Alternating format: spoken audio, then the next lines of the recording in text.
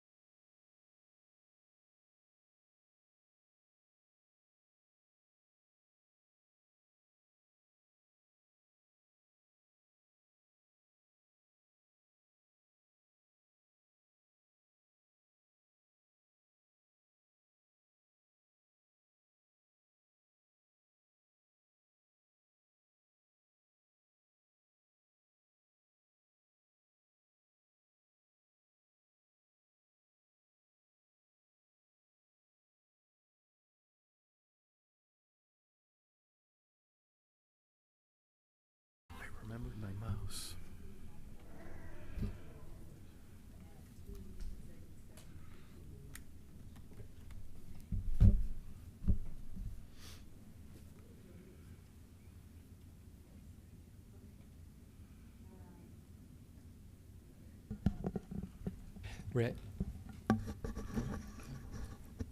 Watching Randy here.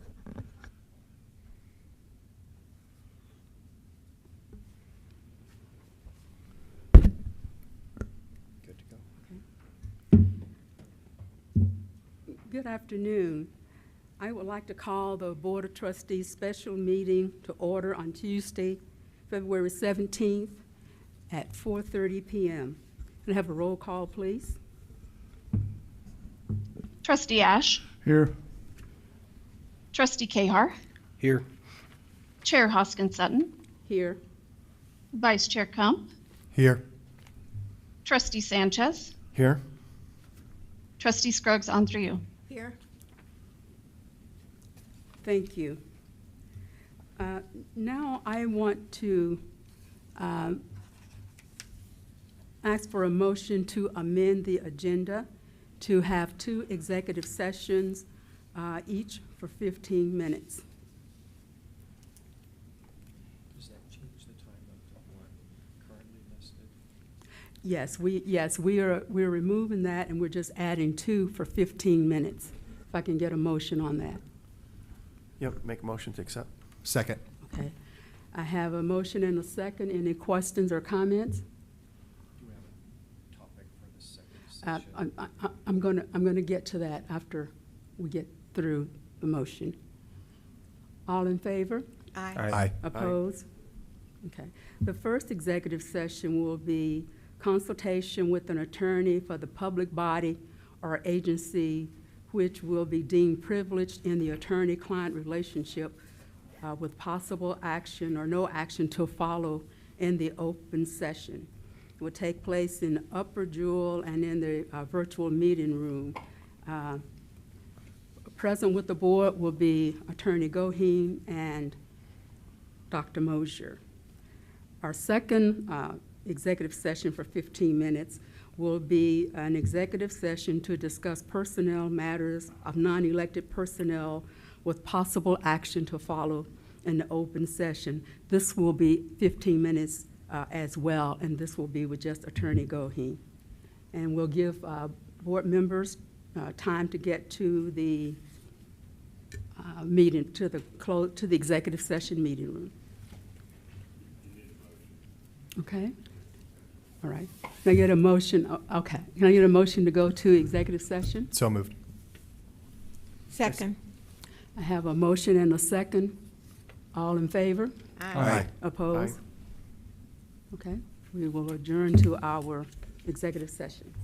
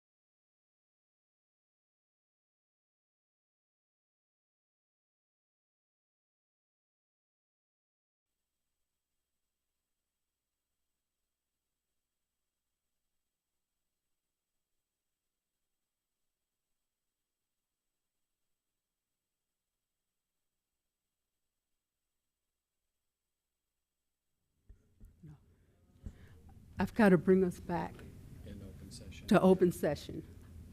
And then we've got to adjourn. Yes, all right. So we return to, can I get a motion to return to open session? So moved. Second. Okay. Oh, okay. Okay, all right, can I get a motion to bring us back to open session? So moved. Second. I have a motion and a second. All in favor? Aye. Aye. Motion any opposed? Motion carries. We are back in open session, and there's no decisions to be made from the 2 executive sessions that we had. I will adjourn this special session, and we will begin our regular board meeting shortly. And I apologize to anyone out there watching for our delayed start.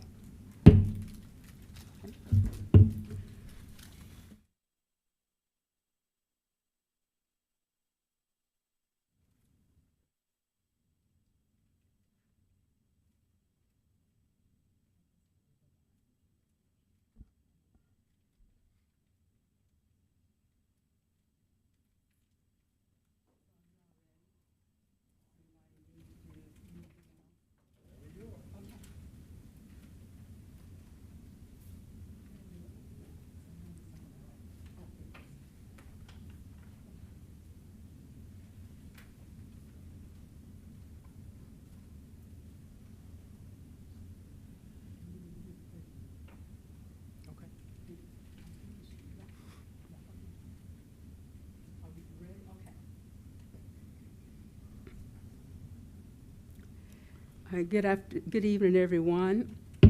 I would like to call the meeting of the Board of Trustees of Kansas City, Kansas Community College to order on Tuesday, February 17th. We will have the Pledge of Allegiance by Trustee Cahar. I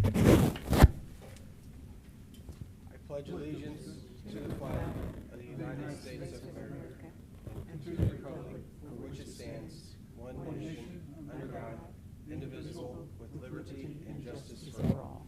Okay. I will read KCKCC's mission statement: inspire individuals and enrich our community one student at a time. Cheryl, may we have the roll call, please? Trustee Ash. Here. Trustee Cahar. Here. Chair Hoskin Sutton. Here. Vice Chair Kump. Here. Trustee Sanchez. Here. Trustee Scruggs Andrew. Here. Thank you. And I have a motion to approve the agenda if you looked at it and there are no changes or corrections. So moved. Second. I have a motion and a second. Any questions or comments? Hearing none, all in favor? Aye. Opposed? The motion carries. And I may not have said that earlier on some, but the motion carries. At this time, we're on item number 5, and I invite the presentation from Mr. Nathan Leo Solano, Student Senate President and Political Science major. Welcome. Hello, thank you for having me. Thank you. My time here at KCKCC has been brief. This is my second semester here. I'm still a freshman. And as you imagine, my time as president has been briefer. The KCKCC Community College has provided me with so many opportunities, foundational to my career and my ambitions that I have in the future.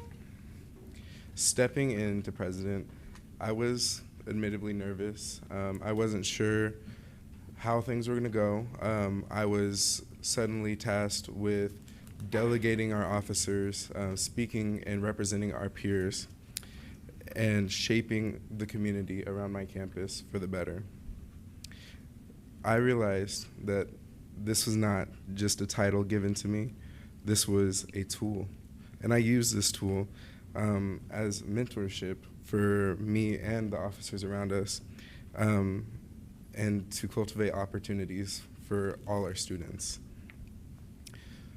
I got the opportunity to go to both the National Conference of Student Governance and the ACCT conference in DC with Trustee Ash, Dr. Mosier, and Trustee Sutton. To say that this was an amazing experience would be an understatement. We got the opportunity to exchange ideas with other student governments, to build their governments, to build our own, to receive perspectives that we may not have seen just in our own perspective. I was pushed out of my comfort zone, not only in these conferences, but as president, to meet new people, to speak with the community, to connect and network. I'm happy to say that I got to meet our Kansas representatives, our senators, and network with them. As some of you may remember from last meeting, I am hoping to be a governor of Kansas. That is what I'm utilizing my political science degree for. And this opportunity allowed me to not only see the functioning of our nation, but meet the people who can help me get there. And I'm so grateful to all of those who helped me get there. This distant idea, this dream, was brought to life by KCKCC. I now believe that I will be a governor, that I will lead the future, and hopefully one day a kid from a community college from Kansas City, Kansas, or any city around the nation will meet me in my office and wish to become the next governor of Kansas. Thank you, and I open the floor to questions. What makes you aspire to be governor? Well, I always say when people ask me that I'm confident in my abilities to be governor, to care for my community, to lead my community, to help educate the community. And I'm not as confident with other people. I think it's in best hands with people who care for the community, who are from this community, who are from Kansas, and who love Kansas for being Kansas. Do you see that there are certain needs that need to be met? I do.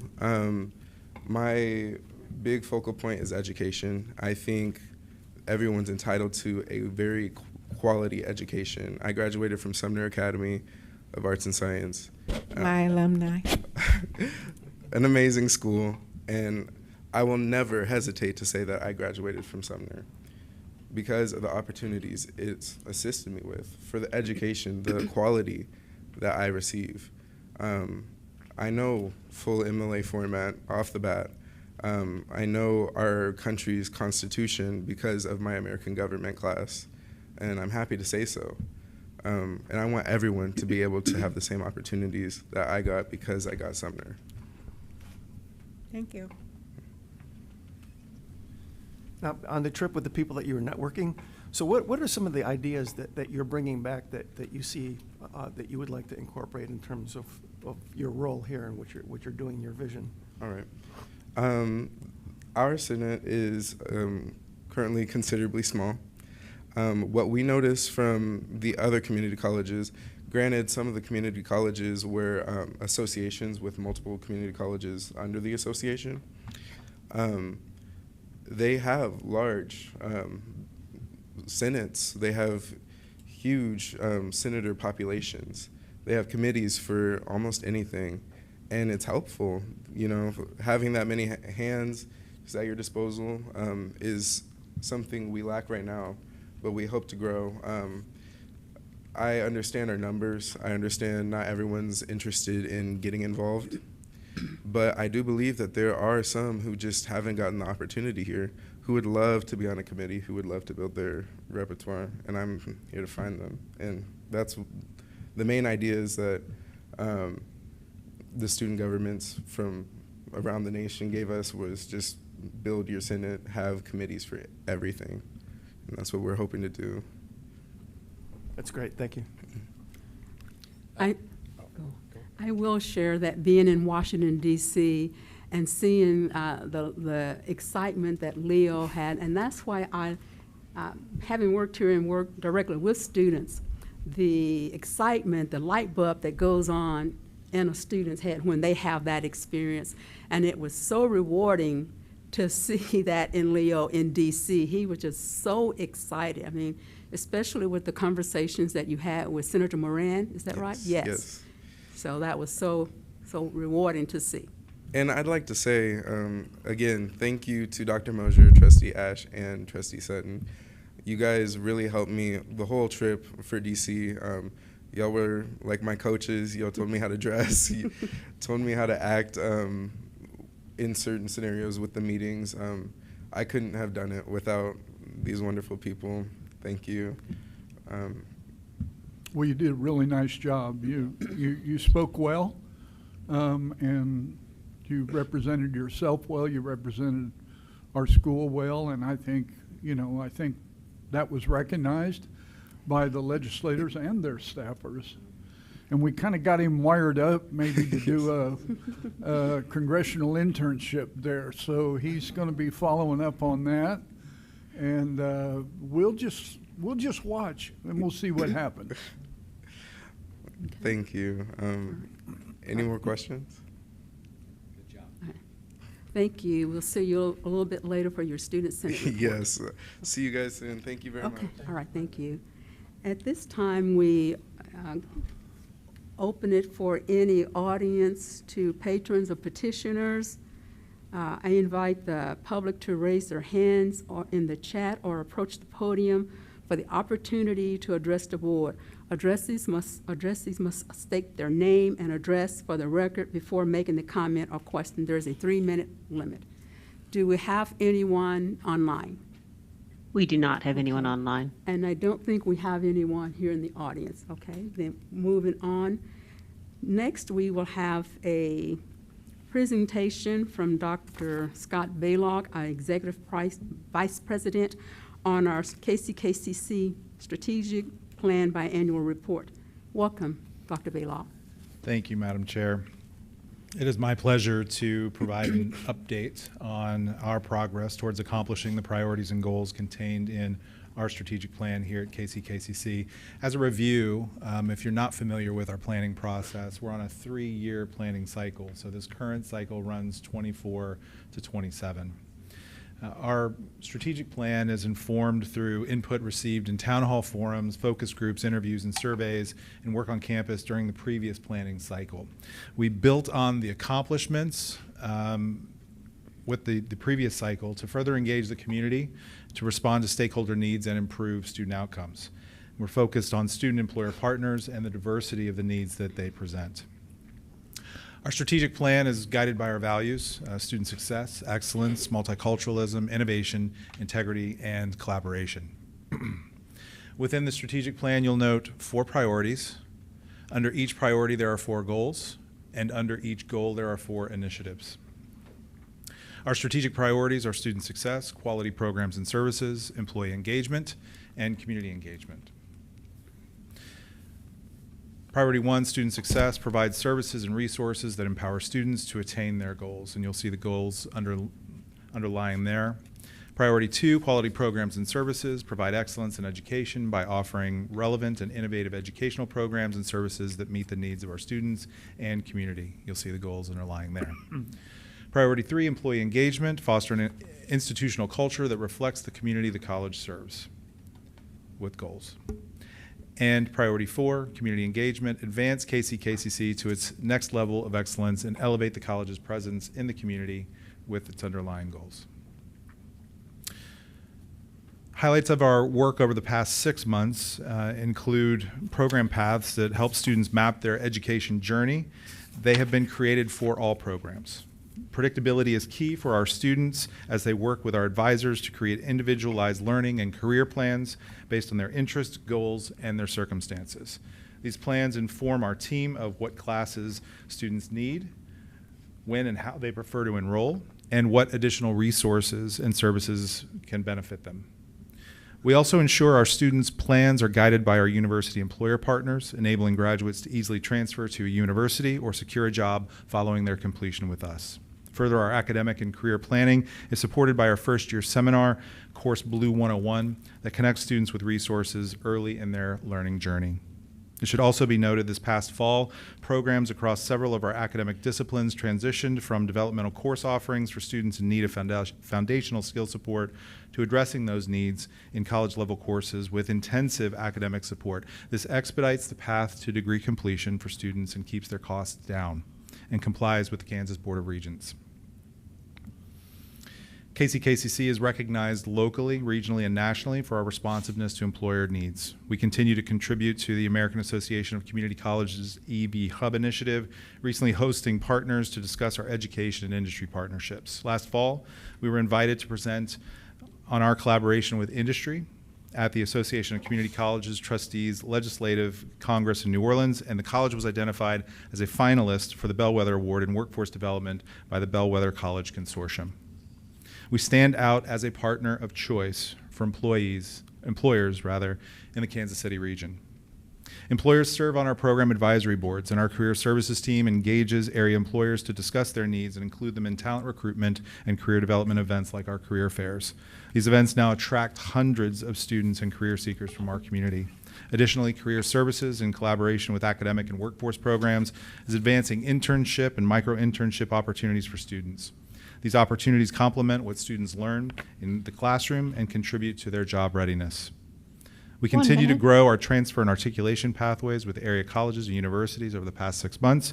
The Student Success Center hosted 35 colleges and universities to promote transfer opportunities for our students. The center also updated articulation agreements with 15 local four-year institutions. Trustee Sanchez, we have agreements in place with 21 area baccalaureate degree granting institutions. I know that you had asked that question last time. The college will soon officially announce the Momentum Pathways partnership with UMKC, an incentivized enhanced articulation pathway for our graduates that will serve as a model for agreements that we develop with other universities. We develop enhanced articulation agreements with college and university partners to ensure that our students can complete advanced degrees as efficiently as possible, and will focus more intentionally moving forward on developing clear pathways with our four-year partners. As part of our technology modernization, we recently launched the new MyDot, built on the Ellucian Experience platform to serve as our new employee portal system. Experience is highly customizable, allowing our people to organize tiles based on information they want to easily access. Experience will allow us to share pertinent information with employees through the portal. This is a major step forward in updating our operations and provides a more modern work experience for our employees. As part of our continued implementation of the 4 disciplines of execution at the college, we set stakeholder experience as a wildly important goal for the year. Stakeholder experience will be captured via the Happy or Not kiosk and information technology, our business office, and bookstore.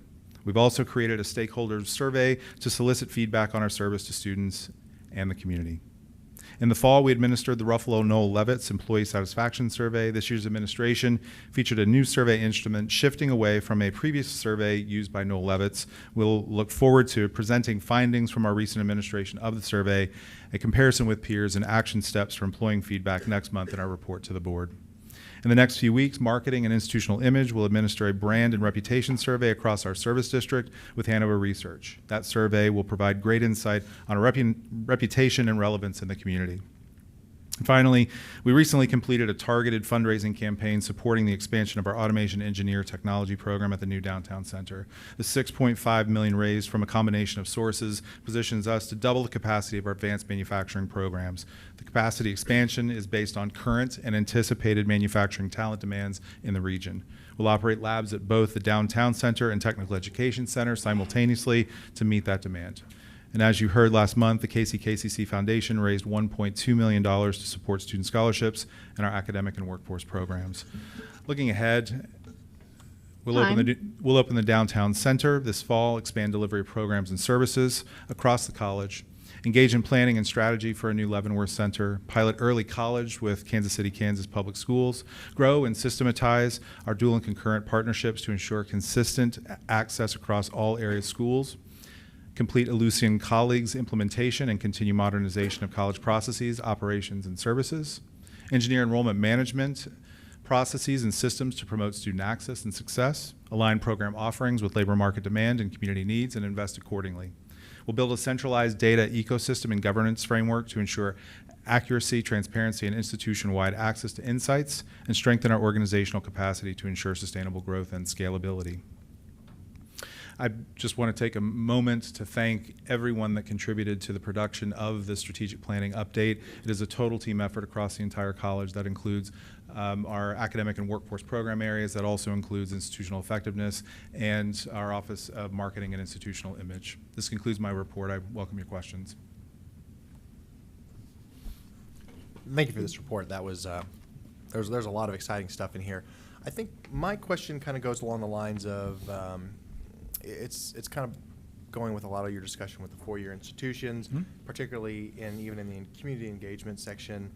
There's discussion with the MOUs with St. Mary, and then you mentioned how you look towards building that out with other 4 years. While this is biannual, what would you envision as being a success with these MOUs, and how do you feel we can expand upon that with other universities?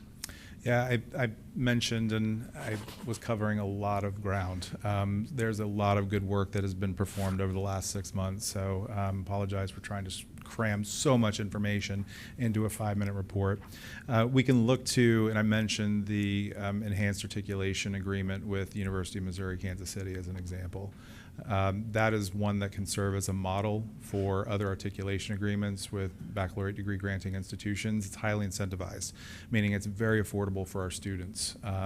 It includes the transfer of a substantial amount of their credit, if not all, and also scholarship opportunities for students once they graduate from KCKCC and transfer on to UMKC. That's an example. With the University of St. Mary's, that's piloting a new partnership with the institution, and it's in direct response to the needs of industry, where employers are saying we need more talent in the construction and related trades. And so, advised by trustees, the university, they came to us and said, hey, would you be open to working with us to create a pilot program that would augment our bachelor's degree programs and include the trades at KCKCC? I said, absolutely, we would love to engage that type of work. And so their students are enrolled in programs with KCKCC to augment their liberal studies bachelor's degree program. Wow. Dr. Baylog? Yes, sir. If you were to give the college a grade for how we're doing following and implementing, in other words, this is our plan, but is this the way we're doing business? What grade would you give the college? I know I'm putting you on the spot here, but you're at the podium, so what grade would you give us? Sure. I would give us a B+. I think we're doing a lot of great work here at the college, but I mentioned systemization. I mentioned modernization. Certainly bringing on a data warehouse, a new data governance framework that will democratize the use of data across this institution and inform decision making. I'm really excited about that work in the year ahead. Certainly moving forward with the Ellucian colleague implementation and migration to the cloud. That will transform the way in which we do business, but there will be more work, and I wish I could have got into it, but there will be more work built off of that modernization and migration. It's certainly exciting to look ahead to the opening of the downtown center and what that means for not just our college, but more importantly our community and the students that we serve in Eastern Wyandotte County and downtown KCK. But we've got to make sure that we're positioned to scale our efforts as we become a distributed institution, making sure that we are positioned to scale, that we have the staff support, we're investing in the staff support that we'll need to effectively operate that space, also the faculty that will be needed to facilitate programs that will be offered in the center, but we'll be moving people around. Yeah, I'm particularly proud, and I know the president is, I know our cabinet is, I know our people are proud of the work that we're doing, but there's also a spirit of continuous improvement and looking for ways where we can always get better. And so I'm probably a bit modest in the way that I would evaluate or assess our performance, but I'm always pushing myself, and I hope providing an example for others on ways that we can improve our service, our operations, and our service to students. Well, I understand it's a 3-year plan, and I understand it's a strategic plan, which Yes, sir. means it's constantly subject to changing and growing as we do. And so, but I think it's a lot of good work, and I just wondered how you'd grade yourself. Thank you very much. Sure. Any other questions? Yeah, I really appreciate how forward-thinking and how strategic the planning is in terms of what you're going after and how you're marketing it, and being very specific to meet the needs. So beyond this current program that you're on, this 3-year plan, are there any ideas or things that can be shared in terms of what you're looking at beyond this 3-year period? Student success will always be our highest priority, but we're pointing towards postgraduate outcomes, and we're really focusing on that. Where historically community colleges have been that primary access point to post-secondary education, we've since moved to a completion agenda. Now the focus and a lot of the work that I'm a part of with the Aspen Institute is focused on postgraduate outcomes, and that is an intentional focus on preparing students for in-demand jobs.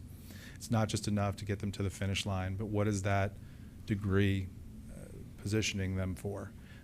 So helping them to navigate a very clear pathway to an in-demand job or to a baccalaureate degree granting institution.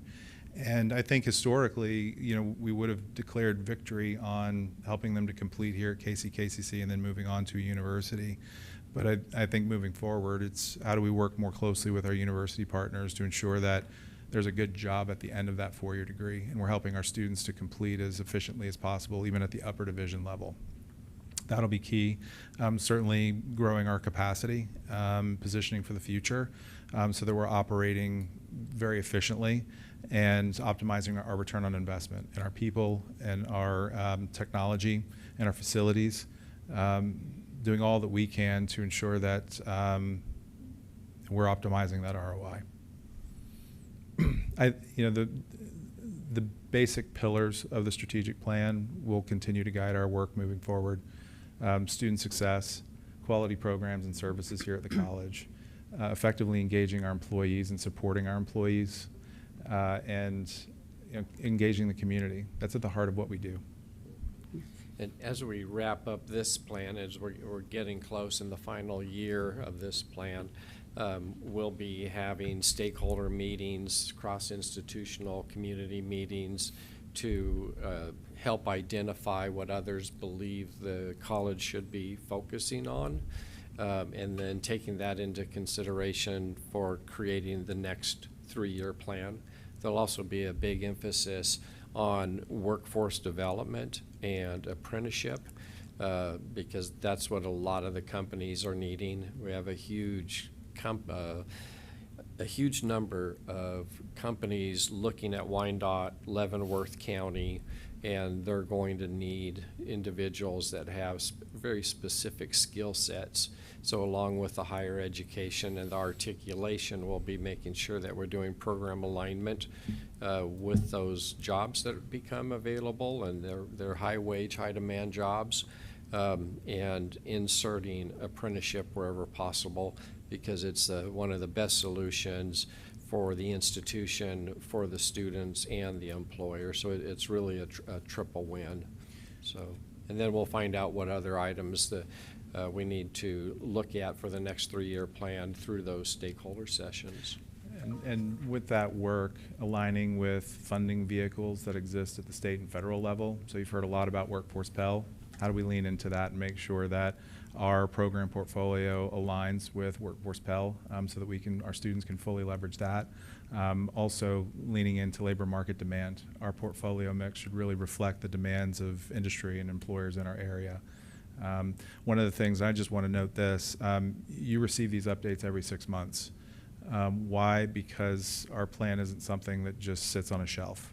It's something that guides the work that we do every day.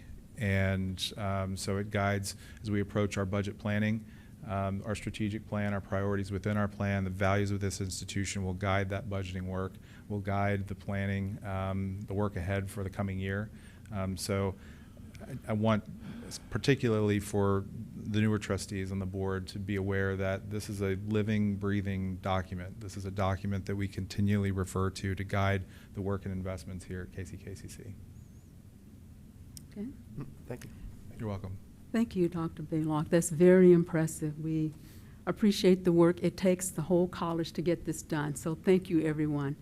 Our next, we have a presentation for the Academic Affairs Biannual Highlight, High Voltage Line Technician, presented by Mr.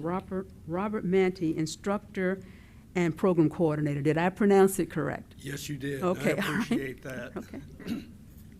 I have the most butchered name that's ever been on the face of the earth. I don't know how people come up with stuff they do, but they do. Yeah. Anyway, I want to say thank you to all of you for taking a chance on me.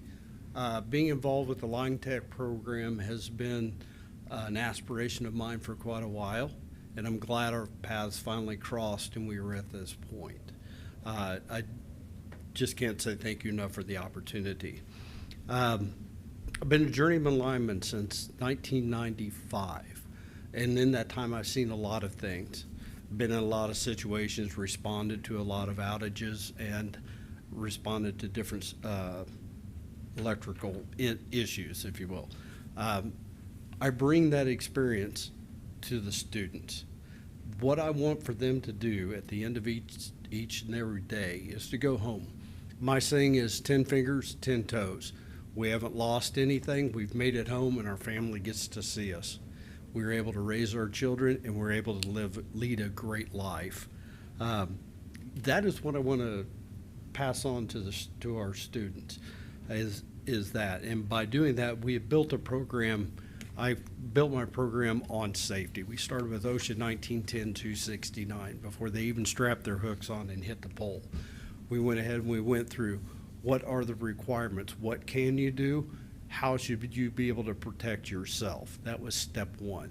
Started laying that foundation right off the bat, making sure that we build that into their daily routine, because one of the terms that I use is normalization of deviation. And what's going to happen with the students, they're going to be on crews where their lead man, their foreman, whoever's leading that crew, will have bad habits. And I want our students to carry on the good habits they learn here throughout their career, so they go home at the end of each and every day. We're still laying the foundation. I was hired June 2nd. We had students on August 18th. We had a digger derrick truck, we had climbing tools, we had some hand tools, and I had a pile of poles.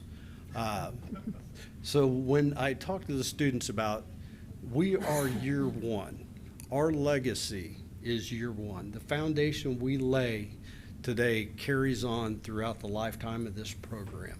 And I've got that embedded into their hearts and their minds. And we have this discussion. So what it is, we started with a blank field. There we are on the first day. I believe in teaching them the way to do it the old school way, if you will. You see them with their shovels, and they dug the first 2 holes by hand. That we set 40-foot poles, so they were 6 feet deep, and they were about 16 inches round. There's a lot of stuff in that dirt. It took them a bit. And we had the digger derrick sitting there with a great big auger on it, but I'm like, no, you need to start with the basics. We're laying the foundation here. We do have a little fun. I don't know if you've seen any of the pictures that I've seen, but this is one that I really like. No, there is not normally 5 people on the pole at the same level. But this is some of the stuff they do, and as long as they're safe in what they're doing, I will allow them to explore what their capabilities are. My favorite part of this is the one kid with student's head sticking straight out. I didn't even see that when I took the picture. Throughout my career and throughout their future careers, they're going to work in all types of weather. On the left, we had 2 poles set, and they were ready to go. They were ready to climb, but it was nice. I think it was about 80 degrees that day. Just a beautiful day, as opposed to the picture on the right. They said it's snowing outside. I said, what class did you sign up for?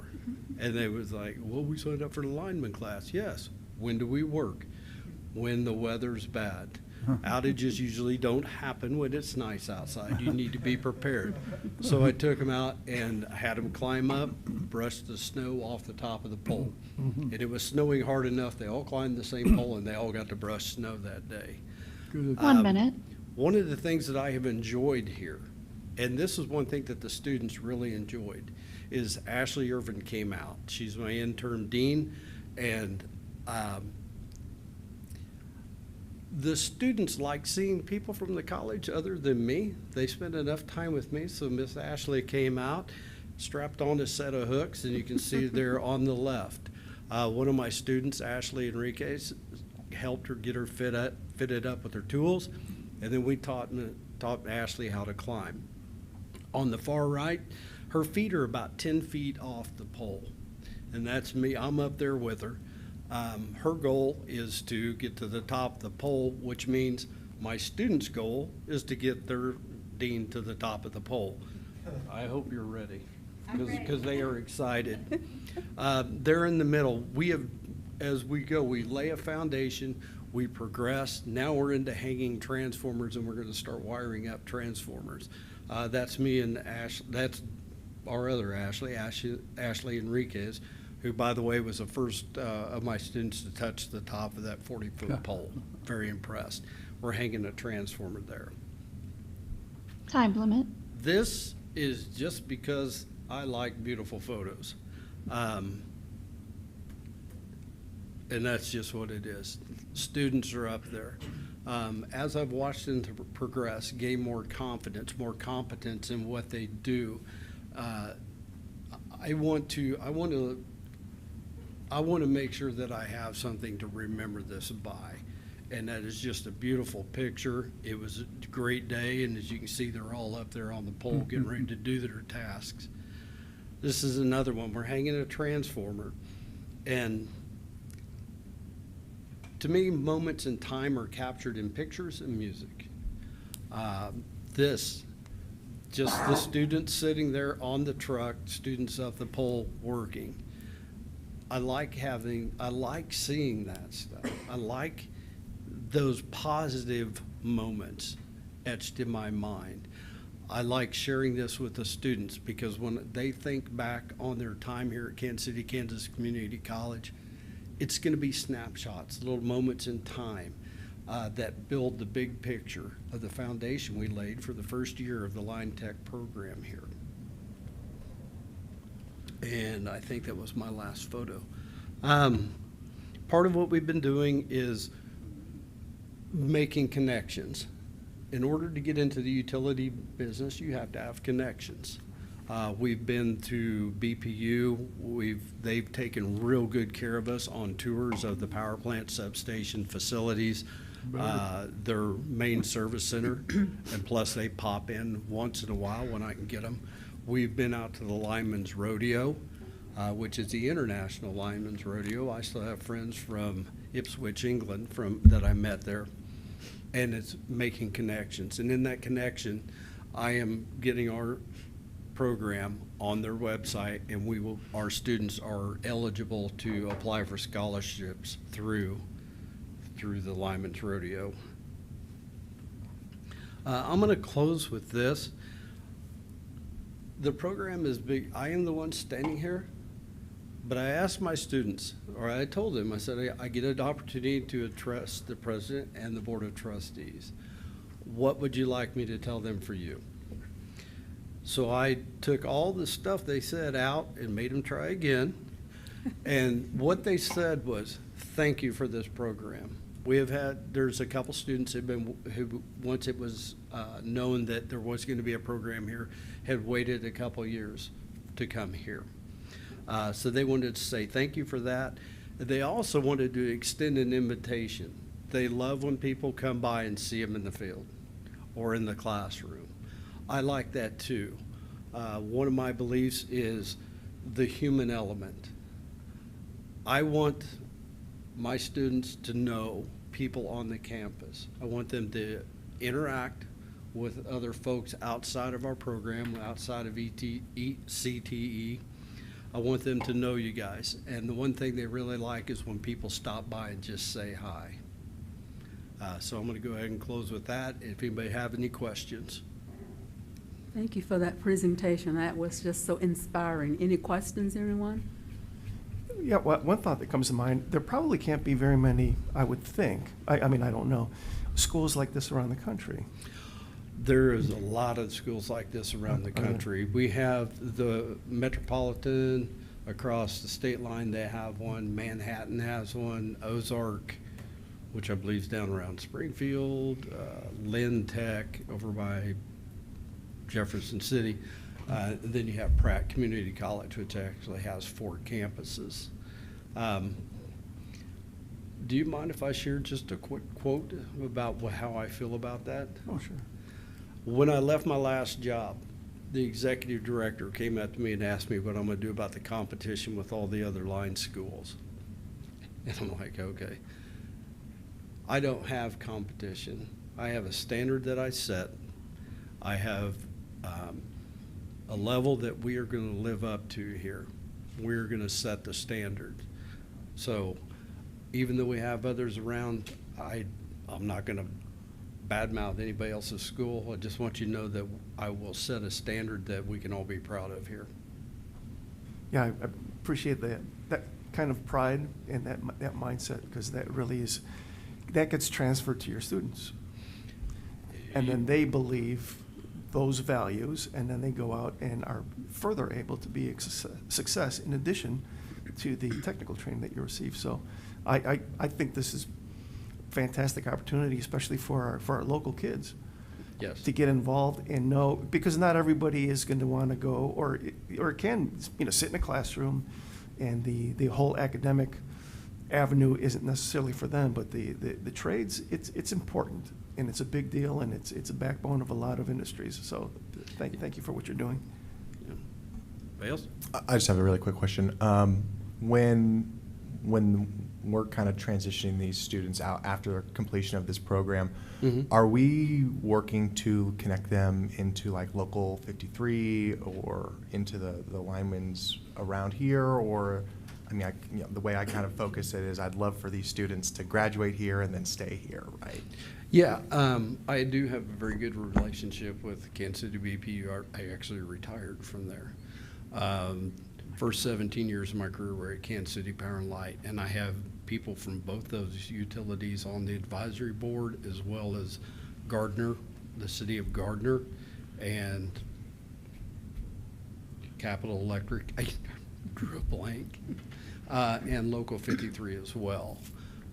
One thing that I have been honest with the students are utilities can only absorb so many employees a year. So never give up.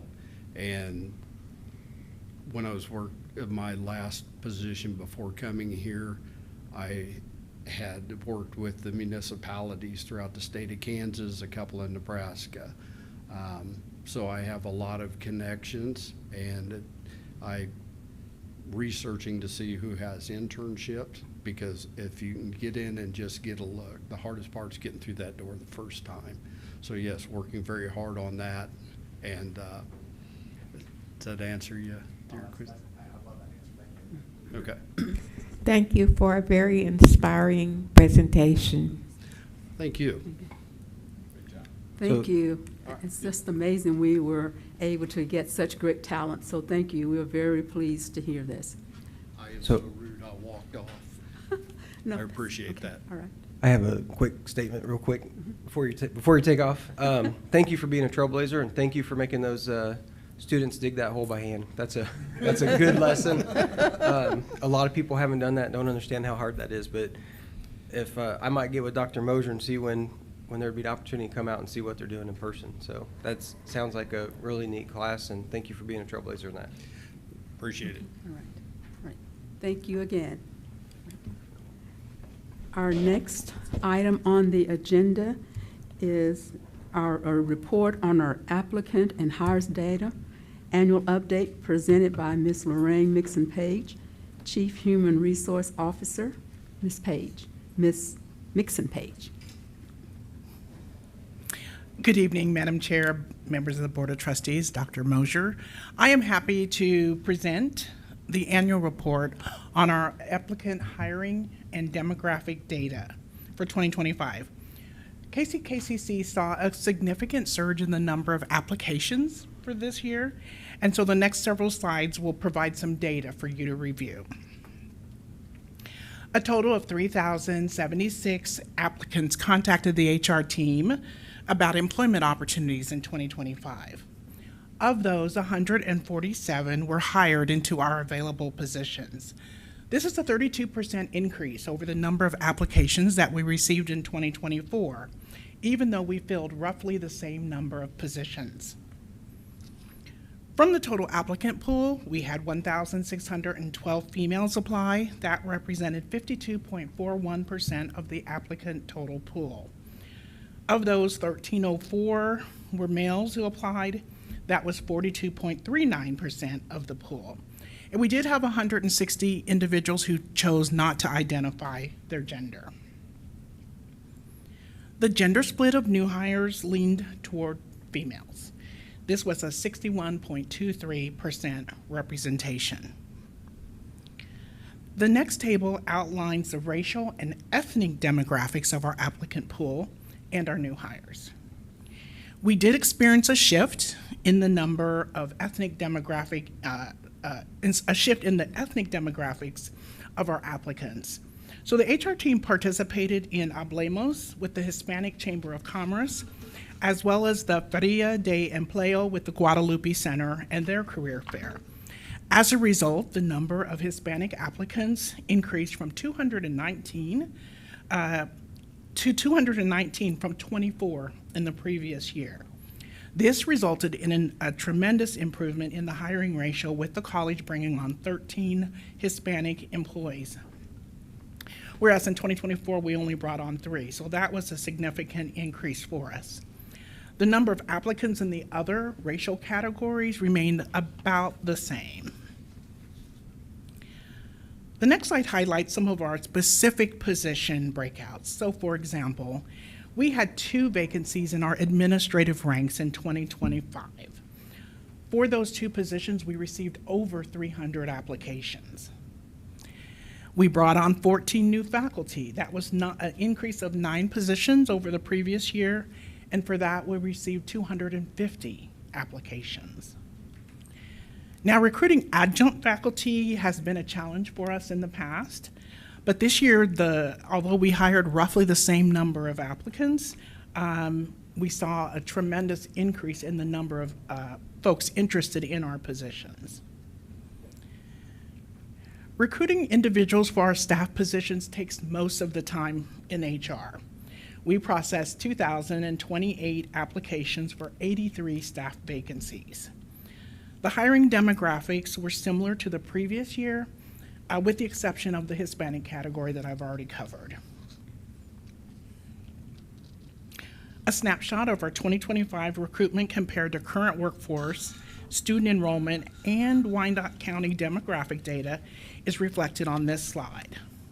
So our goal is that the workforce reflect the student population as well as county demographics. So as you can see, we do have some work to do in many of our areas. The next slide pulls in the 2024 data compared to the 2025 so that you can get a side-by-side comparison.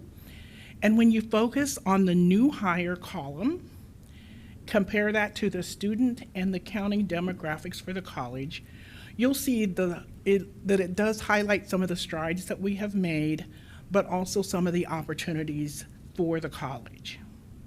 The last couple of years of our data indicates a fairly consistent recruitment of both Black and white applicants for employment. Previously, we did see an increase in the number of those choosing not to identify their race, but in 2025, more people chose to identify, and that could be the result of that we see an increase in some of our categories. 1 minute. This next slide on gender comparison reflects a greater gap between male and female new hires, with an increase in recruitment of females. In summary, overall, job seekers seem to be very interested in working for KCKCC. For the last 2 years, we've seen increases across the board in the number of applicants, including those with a reported disability and veteran status. Now, for this year, HR wants to focus on retention of employees. We hope to implement some strategies to help with that. The HR team did a great job in participating in career fairs and other events in 2025. We want to continue to expand on that this year. We've also expanded our recruiting boards and our talent platforms that we utilize to recruit candidates, thus creating a broader mix of candidates overall. That's the end of my presentation, and I will open it up now for any questions that you may have.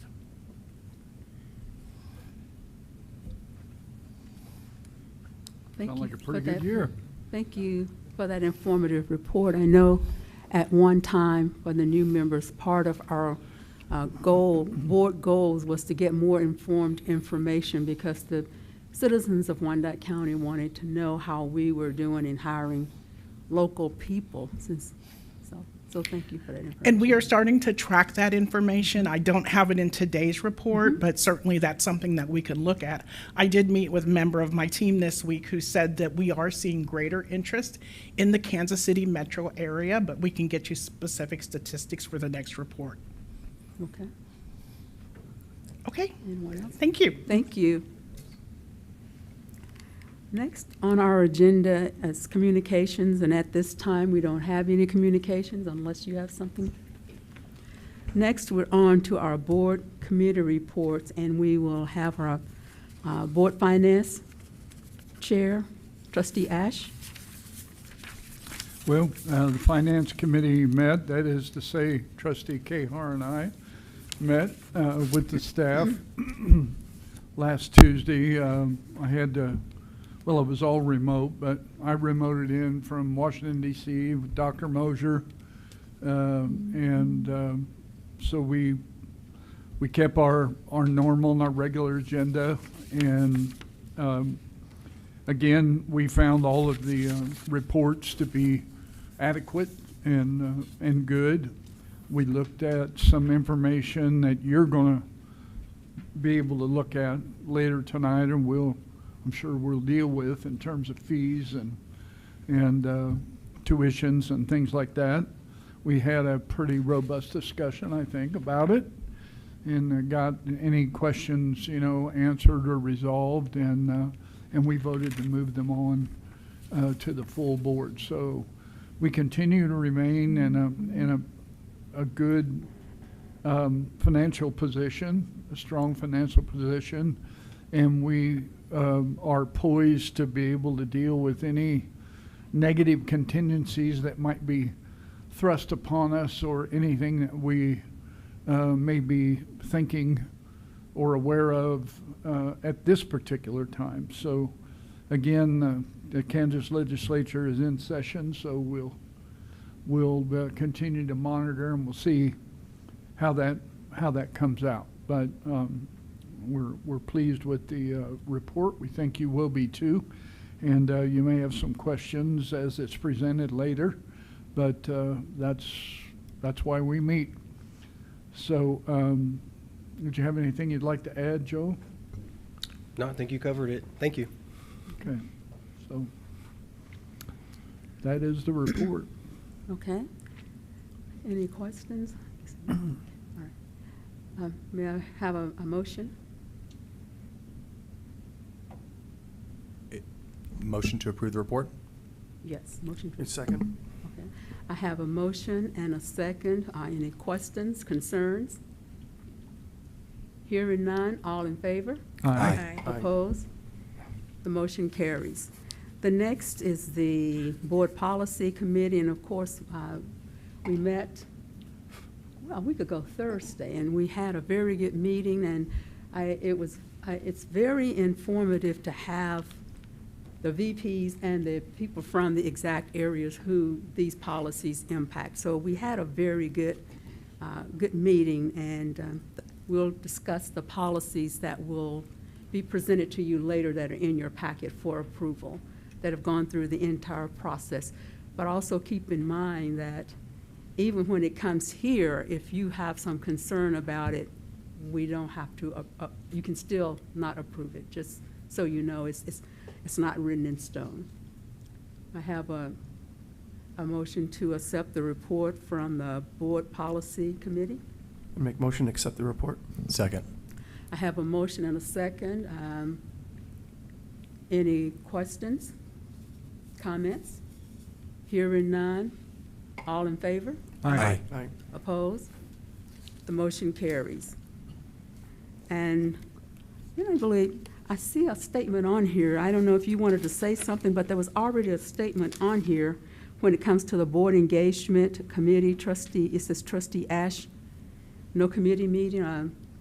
It's on here, but I still would defer to you to say that. Community engagement? Yes. Yes, we had voted, the committee voted in December that there would be no community engagement committee meetings in January and February because essentially it was a committee of one. And until the new committee is constituted, which we're going to take care of that in this meeting also. So we'll be looking forward to a report from that committee next month, Madam Chair. Okay, thank you. May I have a motion to accept the report from the Board Community Engagement Committee? So moved. Second. Have a motion and a second. Any questions or comments?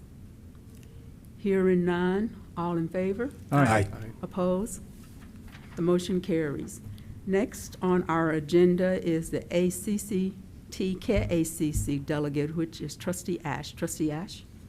Okay, thank you, Madam Chair. So we, as was stated earlier by our student, we went to Washington, D.C. last week. Flew out on Sunday, and we were there through Wednesday and came back Wednesday for the legislative summit. Again, as he had reported, we did have the opportunity to meet with all three of our four actual congressional delegation, our two senators, and then Representative Schmidt. They were good meetings, and with the member as well as with the staffers.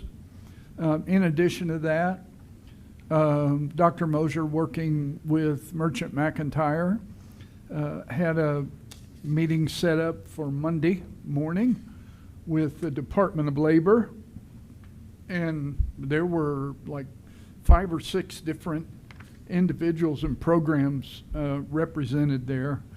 And we had a really good meeting, and there was at least 2 or 3 of them pretty excited about some of the things that we're doing, some of the things that are going on, and some of the things that we're looking to do. And so we think there is a strong opportunity there for us maybe to receive some funding from some of those programs.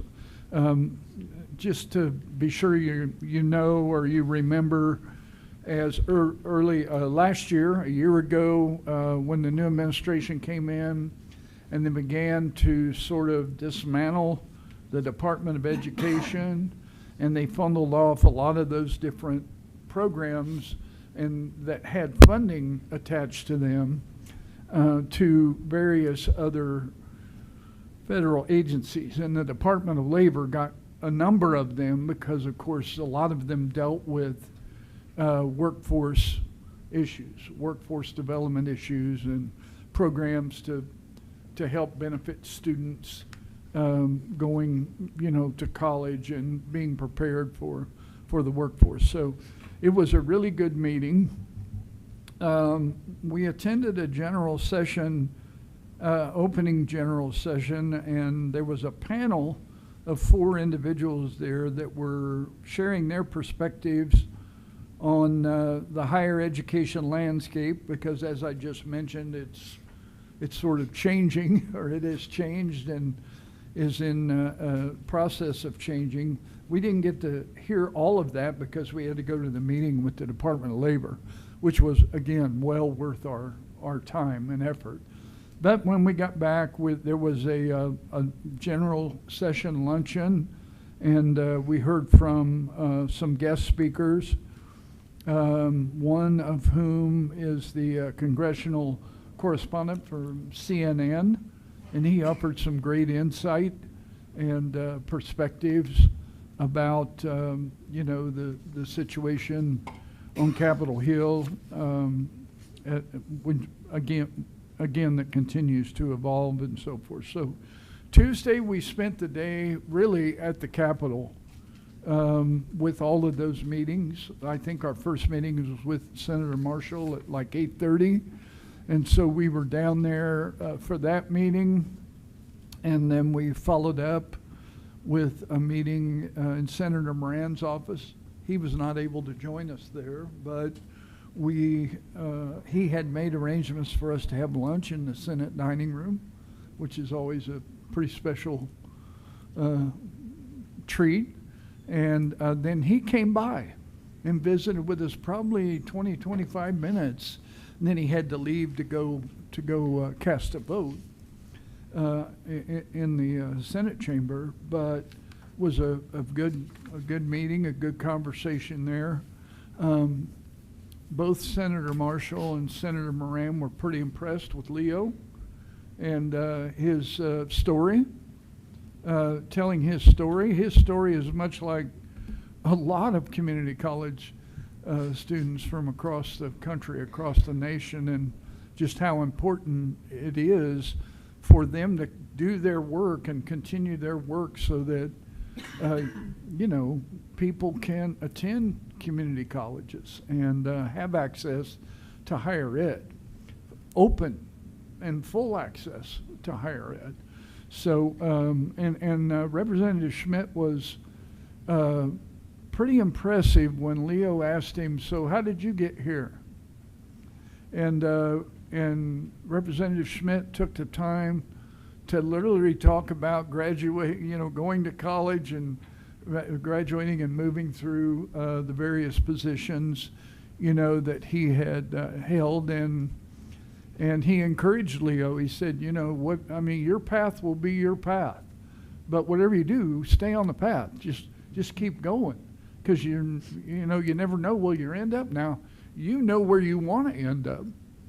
And he said, I thought I knew where I wanted to end up too, but here I am. So anyway, we'll see how that works out. But great meetings, and then we came back on Wednesday, and I'm just going to let Chair Sutton talk about her meetings because they were a little different in her committee meeting and so forth. So.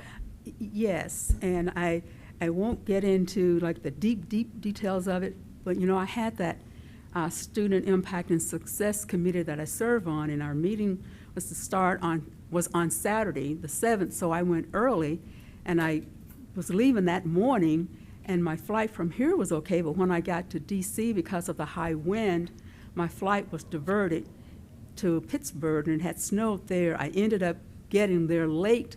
Let's put it like this. I got on the flight here at 7:20 a.m. I didn't get off of that plane until 2:37. So I was late getting to my meeting, but I went anyway. Once I got to the hotel and everything, it was a very good meeting. I have a lot to say, so I'm going to cut it short. But I will say, if you see me wearing this serving on a committee, I got this scarf, ACCT, Association of Community College Trustees. So I had to wear it tonight so you all could see it. I really felt, those of us who serve on committees really felt distinguished to walk around at that conference with our scarves on. Mm-hmm. And then I did something a little bit different. I'd always seen the roundtable for community college lawyers, and so I decided to check that out this time. It was on that Monday, the 9th. And I learned something very, very interesting. I thought it's for lawyers, but if they have room, you can go in and listen. So one of the big things that they talked about on an update was AI, artificial intelligence, and it says that AI hallucinates sometimes, that if it doesn't know an answer, it'll just make up an answer. And these were attorneys saying this, not us laymen making it up, that some attorneys have been sanctioned and some have been disbarred because they relied too heavy on AI. So one of the takeaways for that was, as a community college, do you have an AI policy? And it also talked about that AI is crazy because AI is being used to create ghost students, and then AI is being used to find those ghost students. So that's something, I guess, for us to think about. And it says AI is a tool, but it's not a definitive solution. So make sure you get another source. I'm going to skip part of it. But then one of the other things that they talked about in this particular session was the college athlete. And one of the takeaways, it was talking about the lawsuits and what have you at the NCAA level. But it says these are just mainly early warnings for NJCAA, which are the community colleges. So it said don't overlook it, because just pay attention, because what's happening with the NCAA will eventually or may affect community colleges as well. Then another session I attended was a shift in benefits for community college students. It says that 80% of community college students are working. We need to know who our students are and find out what they need. And it says basic needs is a student success issue. It talked about that the recent cuts in the SNAP and the Medicaid is having a ripple effect in education that is affecting our students. And so we need to be mindful of that, whether they're getting sicker or don't have food to eat. Let's see if there's something else. Oh, I think it's one more thing I'll mention. I didn't go to Capitol Hill with our delegation to see our representatives or senator, but I did go on Capitol Hill and I attended a community college, a congressional forum for community colleges, and it was so inspiring and uplifting because we had representatives from both sides of the aisle who dearly, dearly support education, community college, and they think that there still should be a department. Well, the Department of Education is there, just part of it is stripped down. But with that in mind, from both sides, they are still championing for education and know that, in their words, this country cannot go on without an educated workforce. What about our students that are coming up? Yeah. So that was very, all of that was very enlightening. And my flight didn't have any problems coming back to Kansas City. Okay. I will just close out by saying, as far as KACC goes, the legislature's in session. We have Executive Director Heather Morgan's on top of anything and everything, and she's got rapid response people that involve some of the different presidents and trustees, and so you know, it's watchdogging right now and trying to keep up with everything moving through the different committees, the various meetings and hearings, and I don't believe we've had to offer any testimony yet, have we, Dr. Moser? I haven't seen anything where she's requested anybody to come, but that's sure to come. I mean, it's only the middle of February, so we'll see how that plays out. So, you know, Dr. Moser, Dr. Baylog, Dr. Schulte are on the president's calls pretty much every week on Friday. I make a lot of them, but not all of them, and so we're continuing to monitor and see what the damage might be, you know, as they take their action. So, and that'd be the end of the report. All right. Motion to, I'm sorry. No, go on. Motion to approve both the KACC and the ACCT reports. Second. I have a motion and a second to accept the ACCT and KACC report. Questions, comments? Hearing none, all in favor? Aye. Opposed? Motion carries. Next on our agenda is the consent agenda, which has item A, B, C, and D. I'm going to do this just a little bit different here. Are there any questions or comments? If not, I move for a motion to accept the consent agenda item. I'll make a motion to accept the consent agenda items as presented. Second. I have a motion and a second. I think I still have to say, just in case somebody thought of something. Question, comments? Hearing none, all in favor? Aye. Aye. Opposed? The motion carries.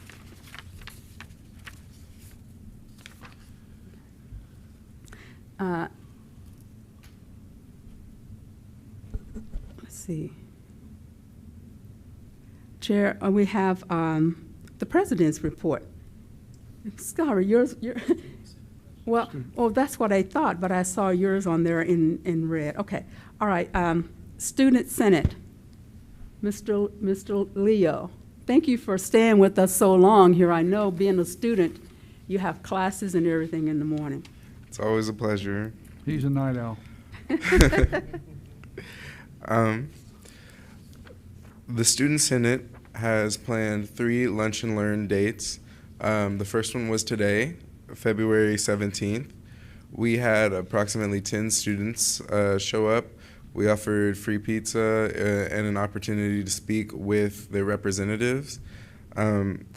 This is all to spark engagement and recruitment.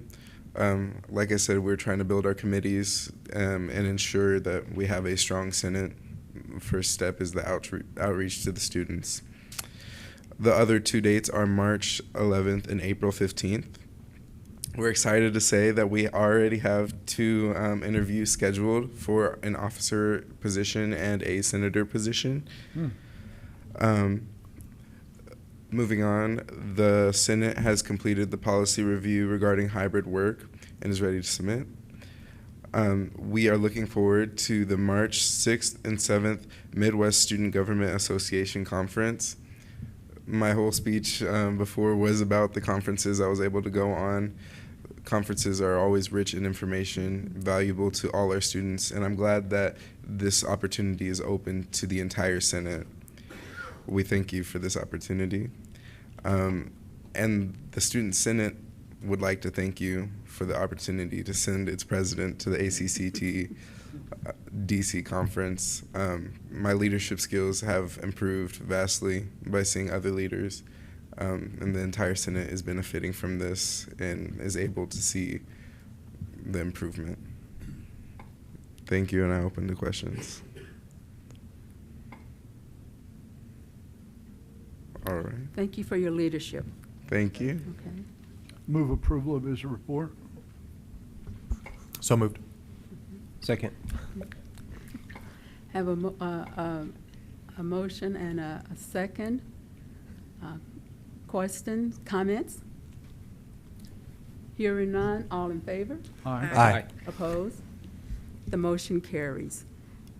Now we have the president. Dr. Mosier, will you please give us your report? Yes, ma'am. Thank you. As Trustee Ash mentioned, our meetings on Capitol Hill went very well. He mentioned that we met with several different departments and agencies within the Department of Labor. I just wanted to touch on that a little bit, not to repeat, but the departments that we were able to meet with within DOL, one is Youth Build, and that work, that group focuses on individuals aged 16 to 24 that has no high school degree. So they work on their GED and residential construction at the same time, which will be a great fit for what we're doing downtown. Another group was their department that focuses on registered apprenticeships. So we're really digging into apprenticeships here at KCKCC, state-approved registered apprenticeships. And we started only a couple years ago, and we have already far surpassed the number of apprentices that we have completed at KCKCC than the other colleges, community colleges within the state. And there's more money coming out with that. There's $35.8 million with an apprenticeship group working with a college out of Arkansas that is open to take other institutions to join its open efforts. So that was good. There was the group that works with pay-for-performance programs. Part of that is the Strengthening Community College Training Grants. Those will be opening up very soon again. They are open for multiple years, but we will look at applying for this next round, and they are 5-year grant agreements, really focusing on regional approaches.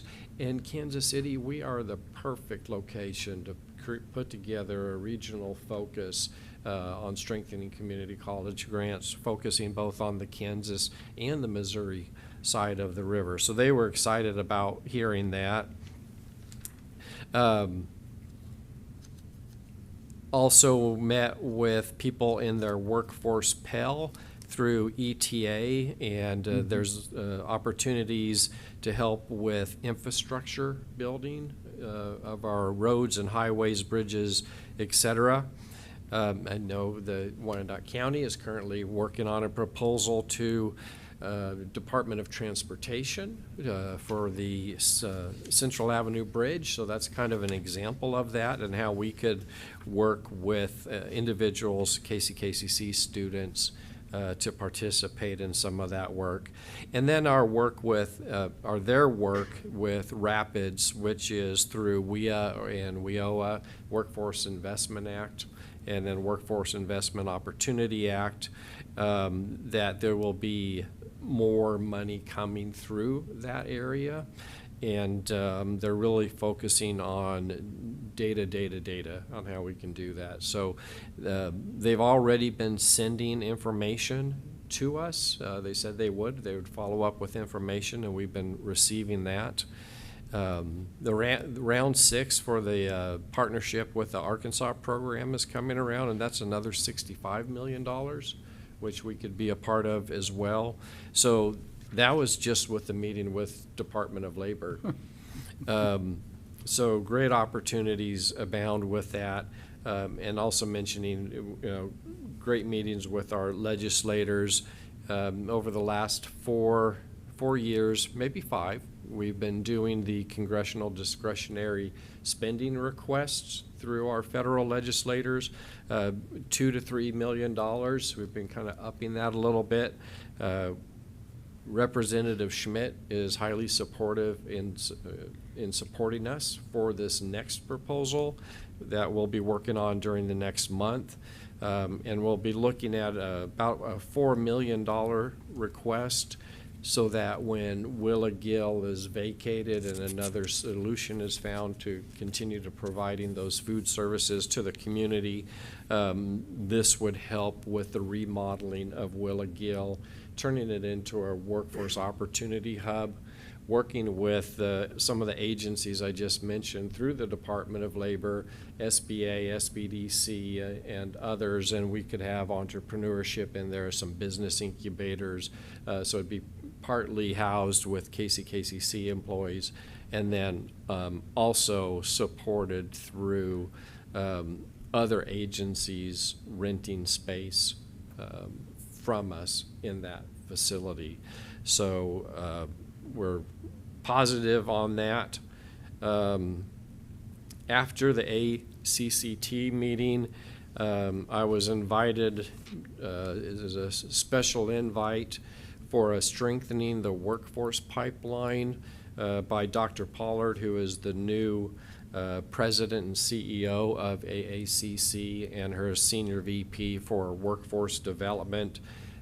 Sat on a panel for called Seeding the Workforce Development Pipeline.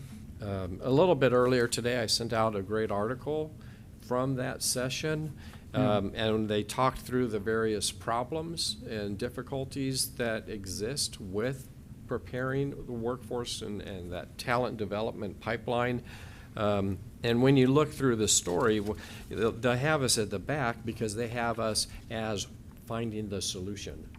So our work that we're doing with workforce is an identified solution by AACC, and there were lots of company representatives there and other community college presidents in the crowd and workforce people in the crowd. So we had a really good response. Had lots of people coming up asking questions on how are we doing apprenticeships, how are we working with employers, how are we making sure that it's profitable for the institution to be able to do that, and the models that we're using with selling seats to employers versus selling seats to students, so to speak, in OEM and consortium models. So that was great to be a part of that. Moving on, we just received word that our prison education program has been approved by the Department of Education. So we're excited about that with what we're doing up at Lansing Correctional Facility. We'll have a 2-year report to give in 2 years from really about this month. But Vice President Pope and others have been really working on that. Financial aid has been working on that, so that's terrific. Today we had the KCK Chamber annual meeting, and happy to say we were one of 3 finalists for Partner of the Year award. The other 2 candidates were Mark One Electric and Nebraska Furniture Mart. Mart. Yeah, yes, yeah. We didn't win, but it was really great to be one of the 3 recognized. We were runner-up. Yes, yes. And then downtown is moving along just great. I've had a meeting with Bill Crandall, who is the lead for our owner's rep, and really working on, okay, we have a time frame for the entire construction process, but now, because we're getting close, we need a calendar that's built from where we are today to where we are on June 1st, what has to happen in very specific details now, and by when, so that we can ensure that we stay on track. So we'll meet with McCowan Gordon, who's been doing a great job on that, but we really need a finishing schedule now. And Dr. Baylog already mentioned that we're a finalist for the Bellwether Award, one of 10 community colleges from across the country, and we'll be heading there on Sunday, and I think the competition is on Monday, and coming back Tuesday. So lots of great things going on, just really proud to be a part of it, and that concludes my report. Thank you, Dr. Mosier.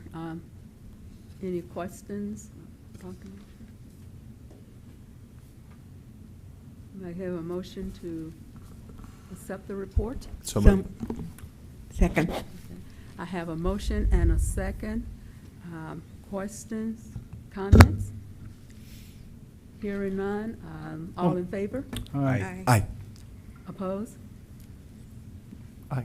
No, No, okay. I'm with you. Oh, okay, it's the way you were, No, I was just looking gonna at me. make a I comment. wanted to give you the. No, I was just going to make a quick Oh, comment. if okay, that's all right. All Okay. in favor?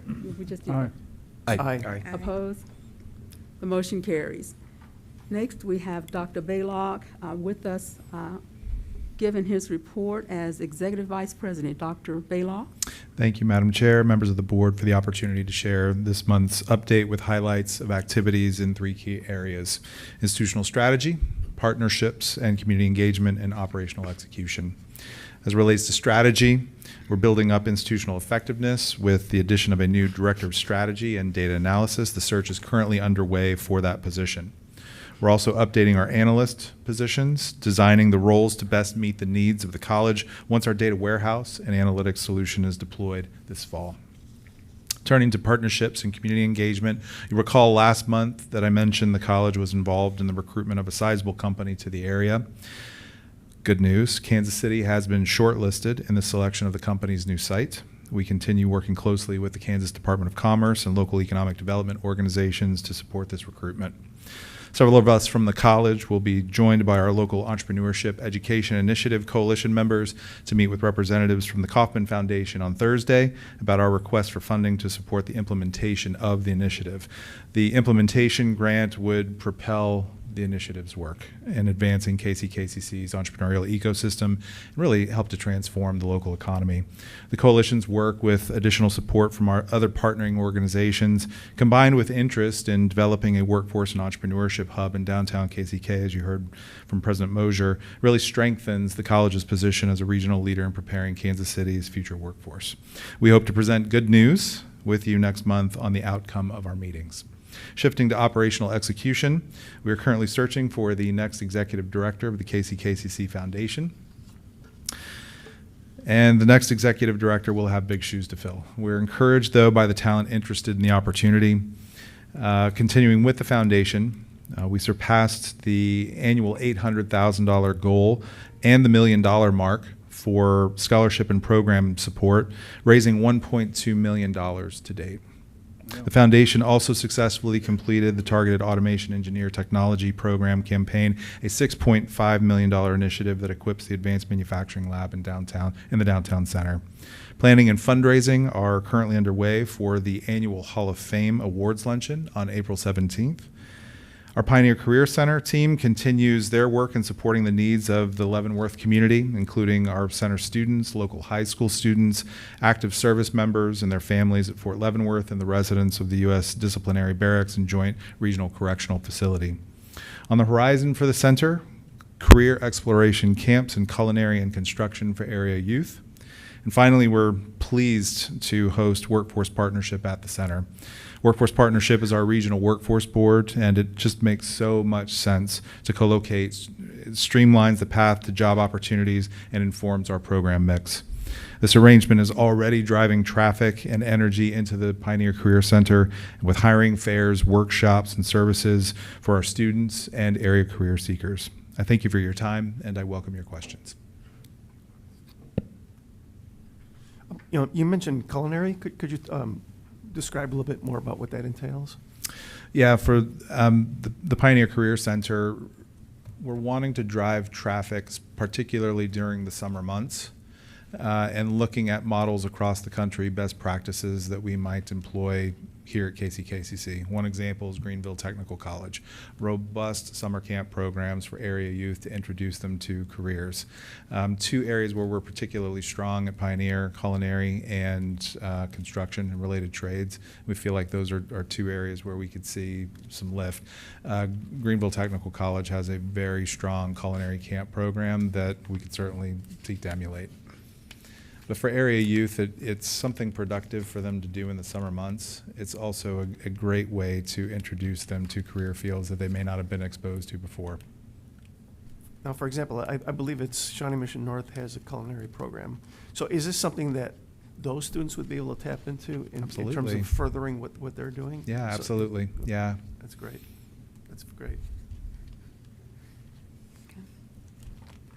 Our goal is that it would be available to any student locally that would want to participate in the summer months or during the holidays. Okay. Thank you for your report. You're welcome. May I have a motion, please? So moved. Second. I have a motion and a second. Questions, comments?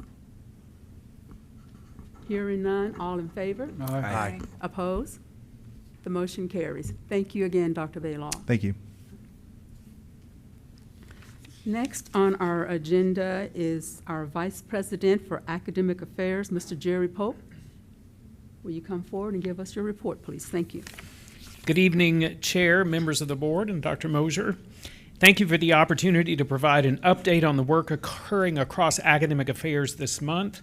The division's activities continue to reflect the depth and breadth of instruction at Kansas City, Kansas Community College, from classroom innovation and accreditation outcomes to workforce partnerships and community engagement. What you will hear represents the collective efforts of the faculty, staff, and students advancing the college's mission every day. Beginning with quality programs and services, I'm kind of following the strategic plan and the 4 pillars. We continue to invest in instructional excellence and academic rigor across the institution. During Welcome Week, the Institute for Teaching and Learning hosted a virtual adjunct professional development event with 46 participants and coordinated 19 breakout sessions that reached nearly 170 faculty and staff. directly advancing Strategic Plan Priority 2 by strengthening teaching accessibility and student engagement practices.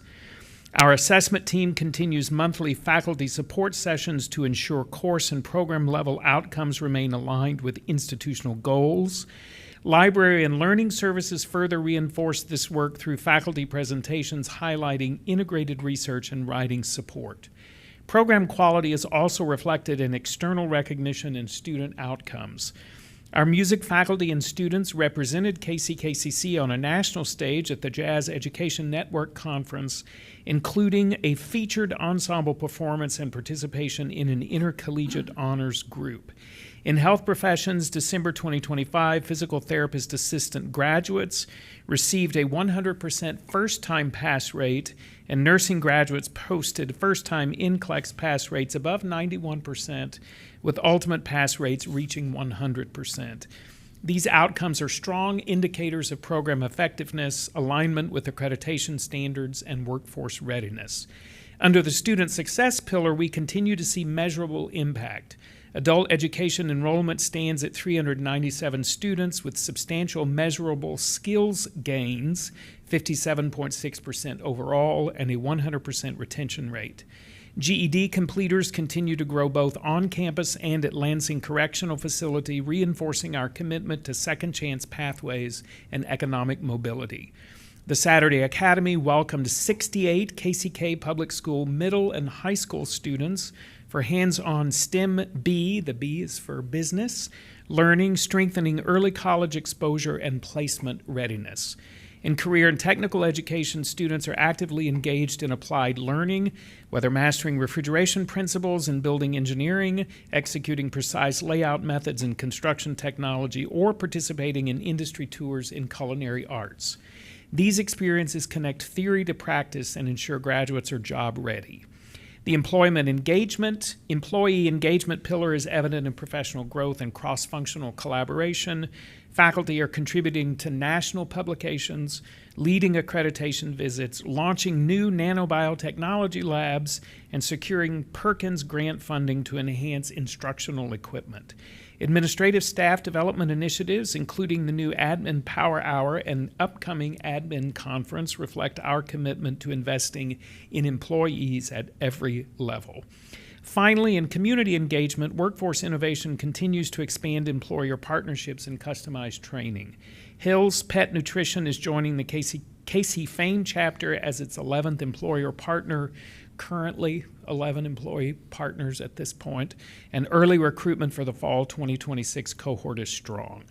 Customized training for partners such as the Board of Public Utilities and regional manufacturers generated both workforce upskilling and revenue for the college. Additionally, we are developing a strategic partnership with Perscolas to create no-cost, industry-aligned technology credential pathways that articulate into KCKCC credit programs, further aligning credentials with employment opportunities. In summary, this month's activities reflect an academic affairs division that is disciplined in outcomes, responsive to workforce needs, committed to equity and access, and aligned to the strategic direction you and we have set. Across instruction, workforce alignment, and community partnership, we continue to focus on measurable student achievement, fiscal stewardship, and institutional quality. Thank you for your continued leadership and support of all we do here at Kansas City, Kansas Community College, and I would be happy to try and answer any questions or take some notes and get some answers back to you. Yeah, I have a question about the GED program at Lansing. So is that KCK's initiative, or is that working with Brothers in Blue in the facility? I don't know if it's working with Brothers in Blue, but I can find out from Dr. Wallace, but it is our initiative. Okay. Through Yeah, that. CJ Hughes is the director. Okay, for that. I'll ask Dr. Wallace. Just curious, and also in terms of the successes of people getting their GEDs, which is phenomenal. Is there also a plan in place in terms of helping them or working with them in terms of maybe a career path, career choice, and having KCKCC be the provider of choice? Sorry. Yes, part of our agreement specifically with Lansing Correctional Facility is that we do provide those services to the students, but also for students, and we're working to really accomplish this to make sure that students who are in our ESL program and our GED program get similar services. I can't say the same services, but similar services as our 4-credit students. And we're working really hard to get them into our elution system so that they do have access to those things. Are you seeing a number of the people in ESL migrating over to the GED program as well?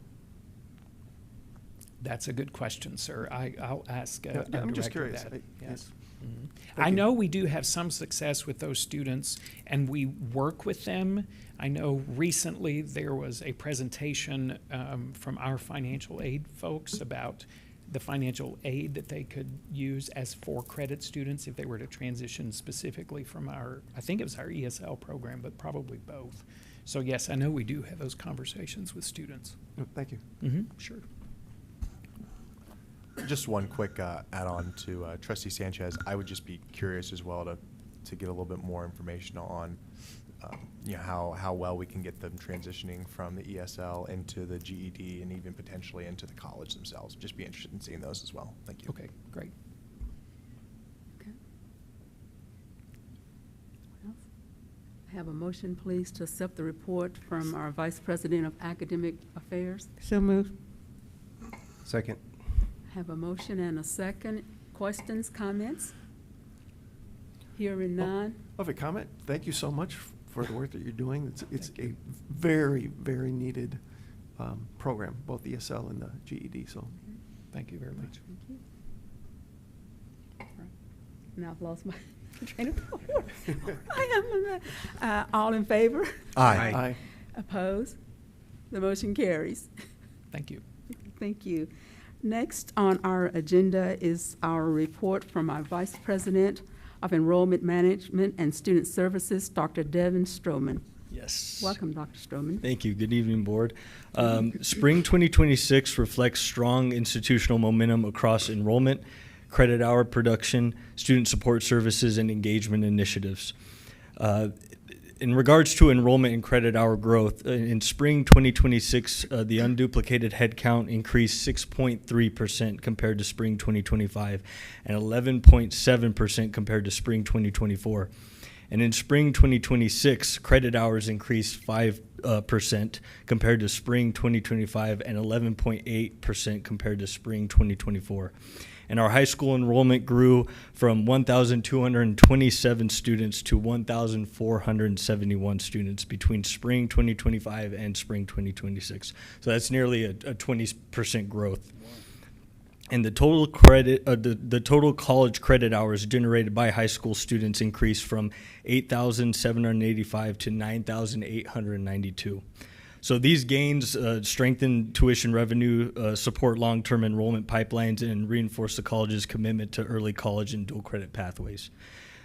And in our military and veteran services, as of January 28th, the Military and Veterans Center has certified 107 students using U.S. Department of Veteran Affairs educational benefits for spring 2026.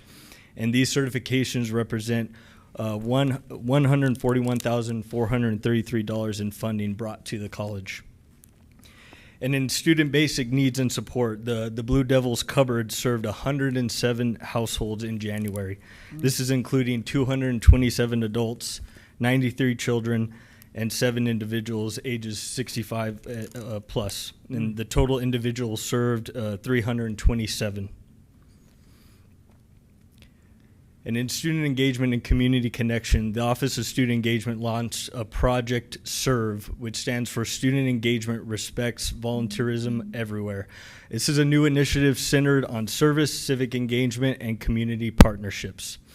And in housing, I'd like to report that Centennial Hall is 95% occupancy for spring 2026, with 244 residents, consistent with strong historical spring utilization. And in student success and advising, the advisors served 1,309 students in January 2026 through in-person advising, graduation checks, and enrollment assistance. This represents a 14.12% increase over January 2025, which was 1,147 students. And overall, the spring 2026 data indicate healthy enrollment trends, strong utilization of student services, and expanding engagement initiatives. These outcomes position the college well for continued growth and reinforcement, the strategic focus on access, support, and student success. And with that, I stand for any questions you may have. Yeah, I have a question about the cupboard. Can you talk a little bit more about how that works and when this happens? And Yes, sir. So we do have what we call the Blue Devil cupboard as a part of our student basic needs and support. And Dr. Moser could probably tell you when that started. I don't know if we can get that information. It's been around for quite a while under different names and levels of activity, but it's really doing well now. Yes.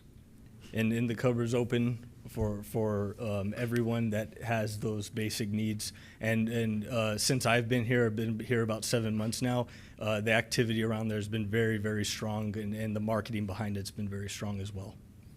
Great, and that happens here at the college? Yes, sir. It's downstairs. Yes, sir. One thing I was very curious to know, has any type of partnership been developed with the VA in terms of maybe developing programs, reaching out to them, offering educational opportunities? It's a very neglected and very forgotten portion of the population, underserved, and I just was curious. Yes, sir. I could definitely get more information as far as specific partnerships. I'd love to give you that information for next month's report. Okay, thank you very much. Appreciate it. Yeah. Yes, sir. And we do participate in VA activity. There's a group that we work with from the fort for those that are demobbing and other just veterans in general. I can't think of the name of it right now, but we're pretty active with that. Yes. Our Veteran Affairs Office is pretty busy, pretty Yes. diligent. Yes. And they get a lot of contacts, and they work with a lot of veterans, bringing them in here. Yeah, veterans, veteran spouses, et cetera. Yeah, Yeah, spouses, children. It's good to know. Yeah. Yes, sir.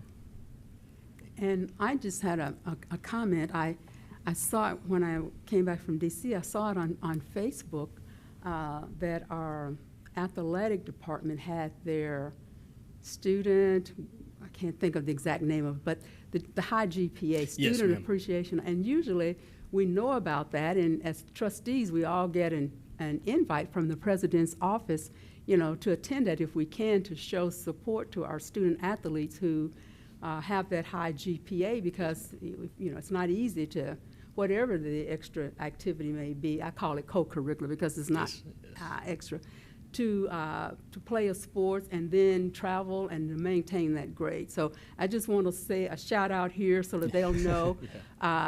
On behalf of the board, congratulations on representing, showing up with those, high GPAs, all, Yes. over 3-something, and that we support you.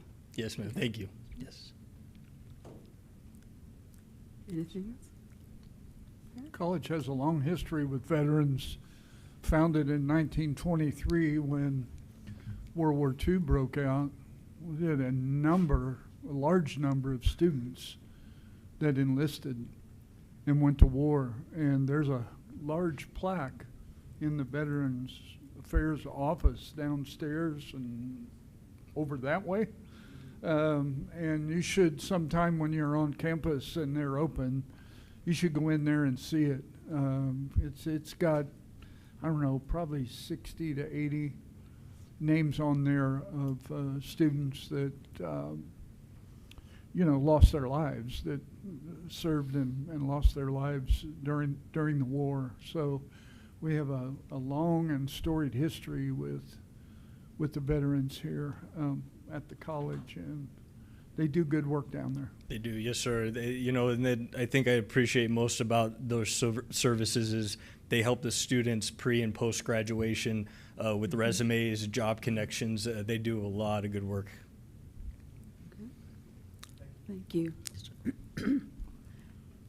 May I get a motion to approve the report from our Vice President of Enrollment Management and Student Services? So moved. Second. I have a motion and a second. Questions, comments? Hearing none, all in favor? Aye. Aye. Opposed? The motion carries. Thank you. Next up, and he's waiting in the wings, I like that. Come on up, Dr. Schultz. Our Vice President for Finance and Operations. Good evening, everyone. Thank you for your time. Tonight, I have the great honor of highlighting progress and achievements across 5 key areas: finance, human resources, information services, facility services, and college police.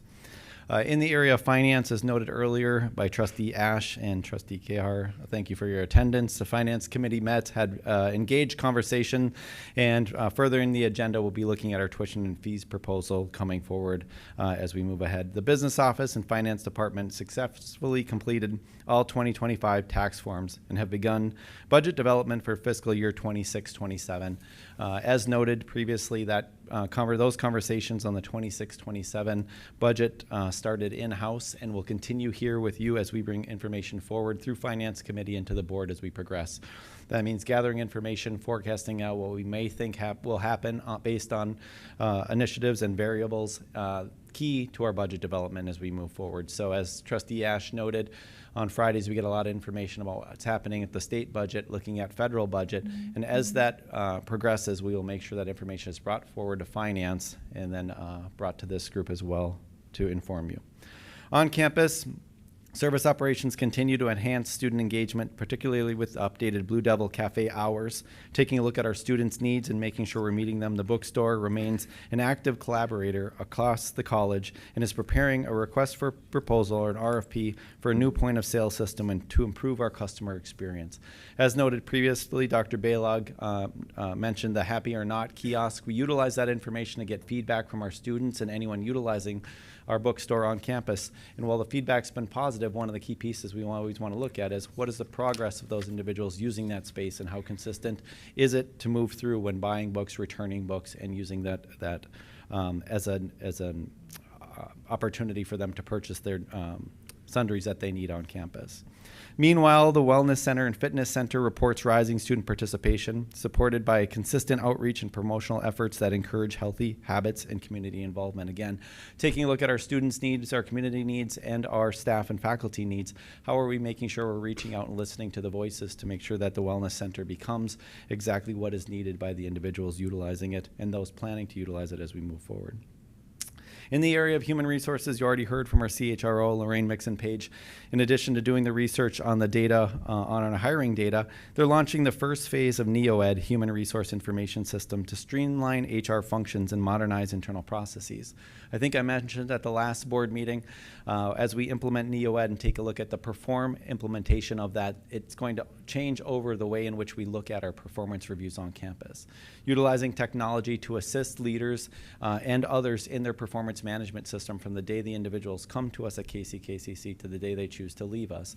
Are we able to then help streamline and manage that process, giving them the tools that they need to grow in their roles, to be able to learn, to be able to set goals, and then be able to assess those goals on an annual basis, not just one time a year, but throughout the year as a whole. How do we utilize those tools to make sure we're able to professionally develop those individuals in ways utilizing that technology? Recruitment for open positions remains active with strong employee retention continuing across all departments. Training initiatives, including preparation for an upcoming administrative conference, support staff growth, and professional development are all in the works. Additionally, HR continues to provide ongoing support through benefit education and employee relations, including Medicare education sessions, fostering transparency, communication, and employee well-being as a whole. In the area of information services, our CIO, Eche Okoye, is very engaged with our information services team, maintaining an impressive 99% system uptime, ensuring consistent reliability for students, faculty, and staff. As all of us live in a world of technology, you know how easy it is for technology to get in the way and not always work the way we want it to work. So for them to maintain 99% uptime with the challenges that we face coming into the systems is impressive, and I'm very I'm happy to share that information tonight on behalf of the work that they're doing.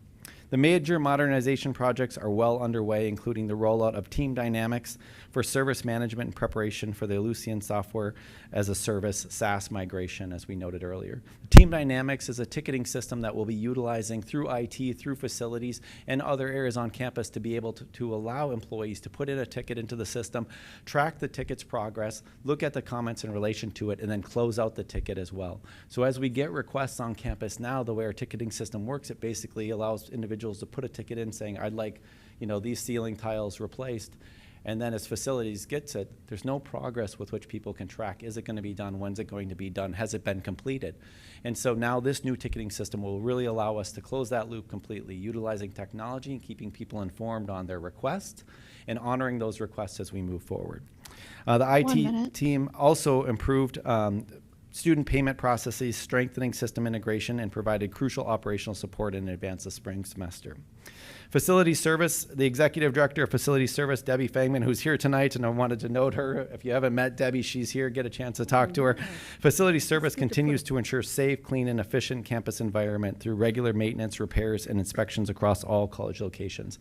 We have a lot going on all of our campuses, all of our locations, and Debbie's team does an exceptional job of maintaining and staying on top of that.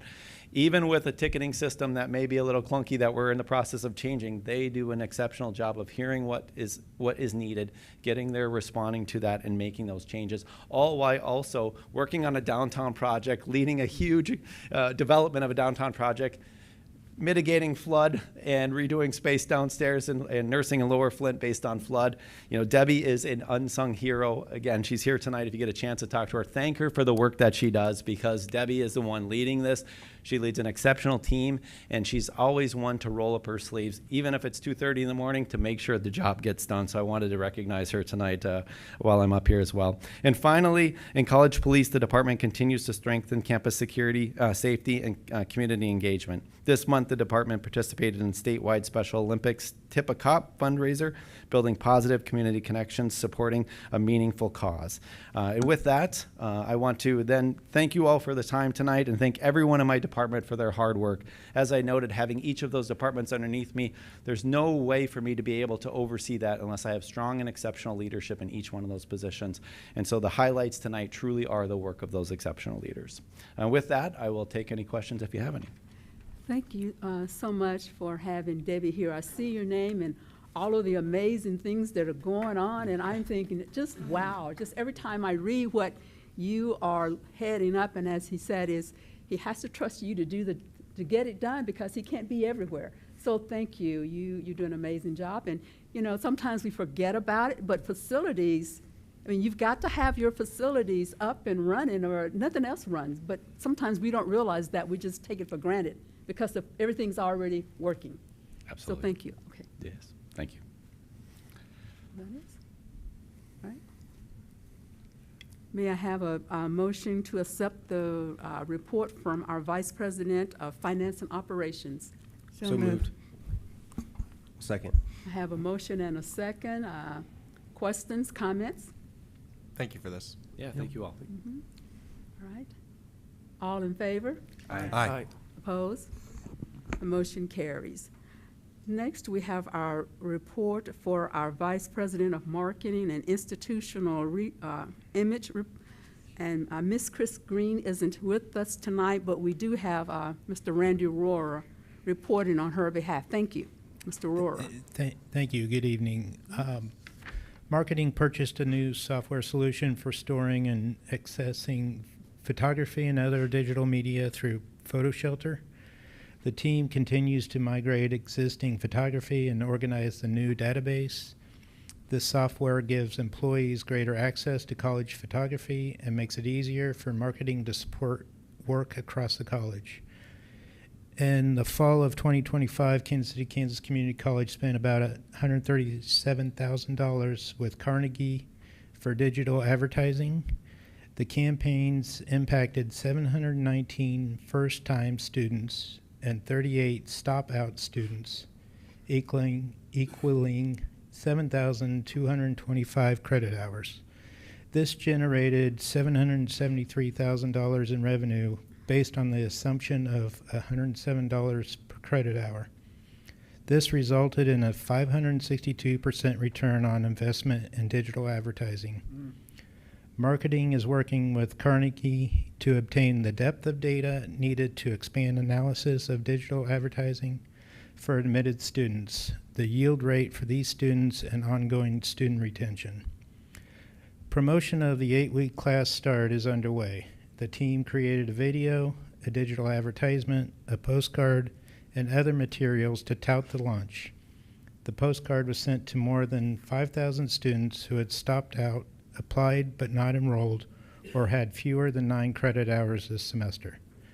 The Vice President of Marketing and Institutional Image continues to co-lead commencement with the Registrar's Office. This month, the contract was signed with Children's Mercy Park. A new photography service was hired for commencement, and a site visit was completed. The commencement committee continues to meet twice a month to plan the celebration. Marketing and administrated interviews for Panasonic student videos highlighting the registered apprenticeship program and the partnership with Panasonic. Marketing worked with the executive vice president on 2 projects this month, the strategic plan biannual update and the Bellwether digital binder. The team provided copywriting, editing, design, and support. Marketing created new materials and gifts for the Association of Community College Trustees, delegation to distribute during visits with elected officials at the ACCT conference in Washington, D.C. A new challenge coin was produced, along with new handouts highlighting KCK facts and recent academic achievements. I'd like to show you a program video that we had made. I believe it's from the marketing or the music department. So if I can have my team play that for you. The music department at Kansas City, Kansas Community College is devoted to giving students the tools to be the most well-rounded, well-prepared musician that they can be, while also nurturing the person behind the music. Our primary focus is the type of music that, frankly, is Kansas City's cultural heritage. Jazz, blues, rock and pop, and funk. And I think it's really what makes us special. I'm able to come here and go to school and not only get like a crazy good education and love coming here every day, but for little to no cost and like no student debt, and I don't have to take out a loan. The teachers are very cool. They actually care about you and your well-being. I think my most favorite part about like the program is the community aspect. It's a ton of fun. It really is the place to be. And I can answer any questions you may have. Yeah, we had the jazz trio today out at the chamber luncheon. They did an incredible job. Yeah, they are good. Yeah, they were good. Yes. Lots of people were like, they're good. Yeah, they are. Always a good representation of the college, whether it's local or national. They've put us on the map across the country. So. And I'd like to give just a brief shout out to Chris, as well as Danielle Friedrich, I believe is her name.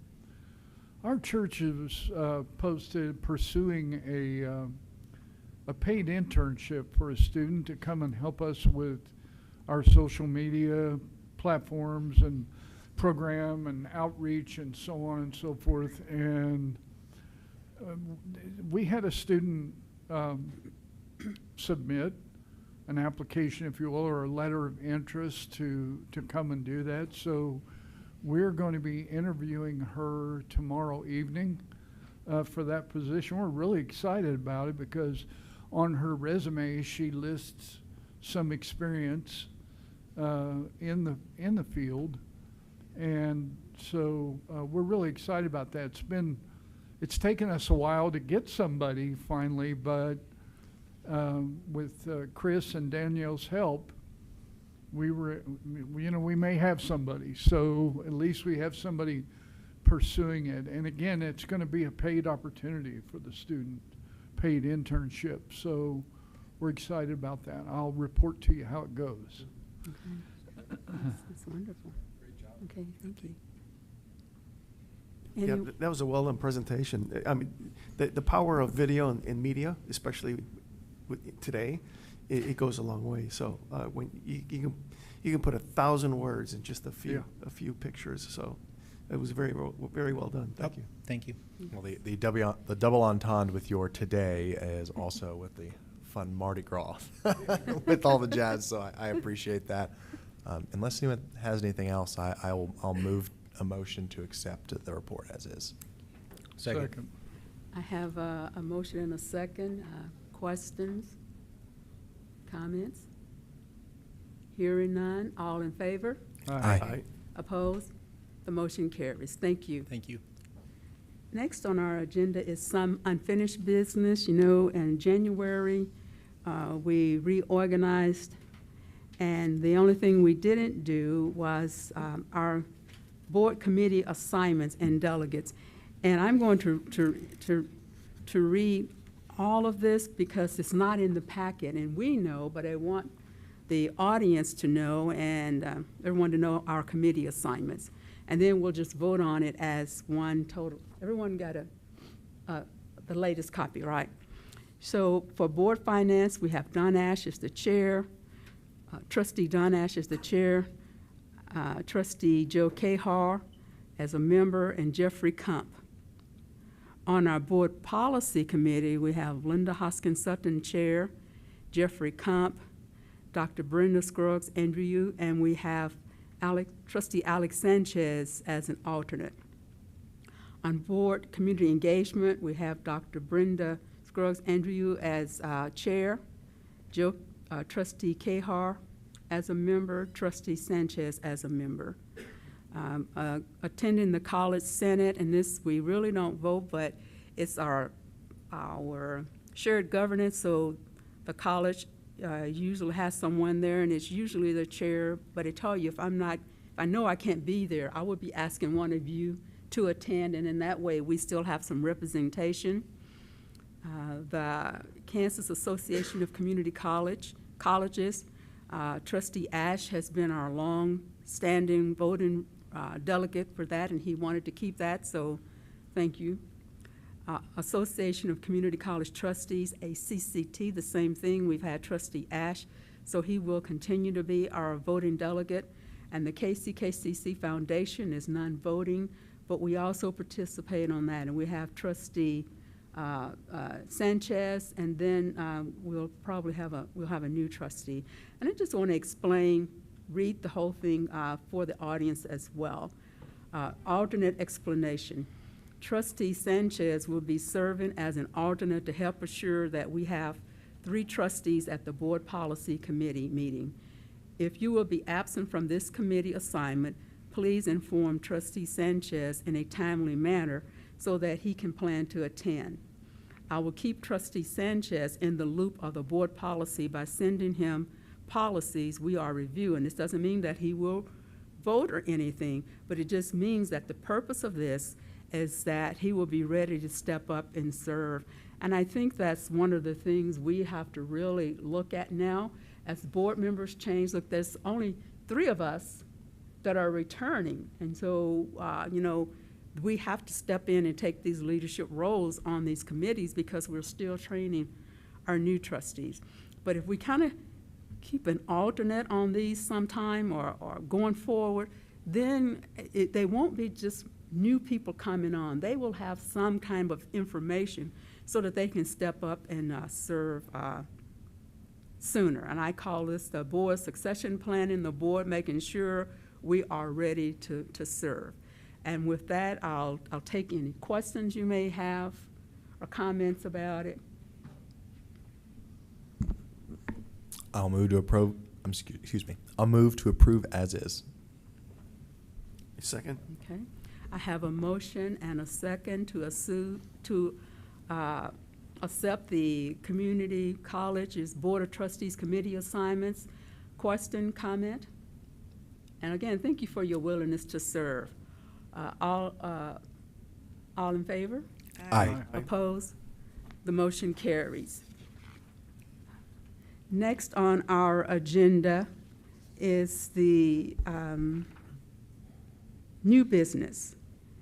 And this is where I inform you sadly that we had, where you don't see a chair here or why I had new trustee on that previous report just now, we had the resignation of trustee Mark Gilstrap. But to proceed, we need to accept that. We want to, first of all, thank trustee Gilstrap for serving on this board for 2 years. It takes, as you can probably tell already from being here tonight, it takes time and commitment. So thank you for serving trustee Gilstrap, and he gave his resignation in January, and it was effective January 20th, 26. May I have a motion to accept the resignation of trustee Gilstrap, Mark Gilstrap? So move. Second. I have a motion and a second. Are questions, comments? Hearing none, all in favor? Aye. Opposed? The motion carries. And as a board of trustees, we can do one of two things, and we, by statute, we can leave this open until the regular election cycle takes place, or we can, which will be next year, or as a board, we can choose to fill that, and that's what we have chosen to do. We talked about it in our retreat on Saturday. So with that being said, I have to read this resolution to you because it calls for us to give public notice. Resolution, board vacancy notice, to fill trustee vacancy, public notice, to the residents of Kansas City, Kansas Community College District. Whereas a vacancy on the Kansas City, Kansas Community College Board of Trustees has occurred due to the resignation of Mark S. Gilstrap. Whereas KSA 71-201B15 authorizes the Board of Trustees to fill vacancies no sooner than 15 days following publication of notice and a newspaper having general circulation in the Community College District. Whereas persons residing in the Kansas City, Kansas Community College District who are interested in being considered for appointment to fill the unexpired term of former trustee Gilstrap are invited no later than 5 p.m.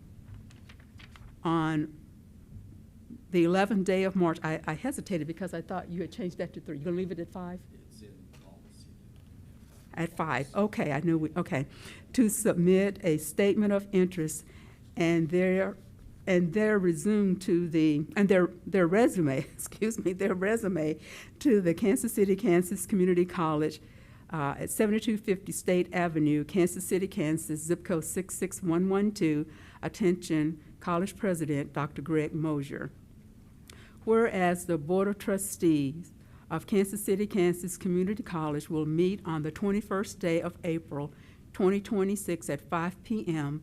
at the Dr. Thomas R. Burke Technical Education Center in room AA 101, 6565 State Avenue, Kansas City, Kansas, 66102, and will fill the appointment, the vacant unexpired term of Mark S. Gilstrap. It says adopted by the Board of Trustees on February 17, 2026. Now, trustees, we do each have to sign this before we leave. Then I have to give to you the procedures. This is like the public notice for the procedures that we will be following. Today was the first thing, was to announce it on today at our board meeting. Then tomorrow, the 18th, the public published the unofficial notice on the website. The day 3 on Thursday, on February 2026, we published the official legal record. We send it to the Wine.Echo by Friday, February 20th. The Wine.Echo newspaper's deadline for publication is Friday at 12 p.m. via email to ensure publishing the following Thursday. Date 4, which is March 11th, is the deadline application at 5 p.m. And then on Thursday, March 12th, we distribute the applications to board members, includes applications, worksheet, and procedures. Day 6, which is the 17th, at the regular board meeting, we will have a special meeting starting at 4 p.m. or earlier. The board narrows the slate of applicants for review if necessary. On Wednesday, the 18th, which is day 7th, notification to select candidates of review date time, of interview, notification to selected candidates of the interview date and time, send letter via email to those not selected if necessary, call and send letters to those selected to schedule interviews. On day 8, which is a special board meeting, and day 8 will either occur on, well, our first day would be March 24th, 2026, or if we need to have a carryover date, will be that following Tuesday on March 31st. Day 9th, which would be April 21st at 2026, at our regular board meeting, selection of new trustee by roll call vote at next regular meeting of the Board of Trustees. Date 10, which would be Tuesday, May 19th, which, I'm just going to add the day before graduation. That's not on here, but I'm just putting that in there.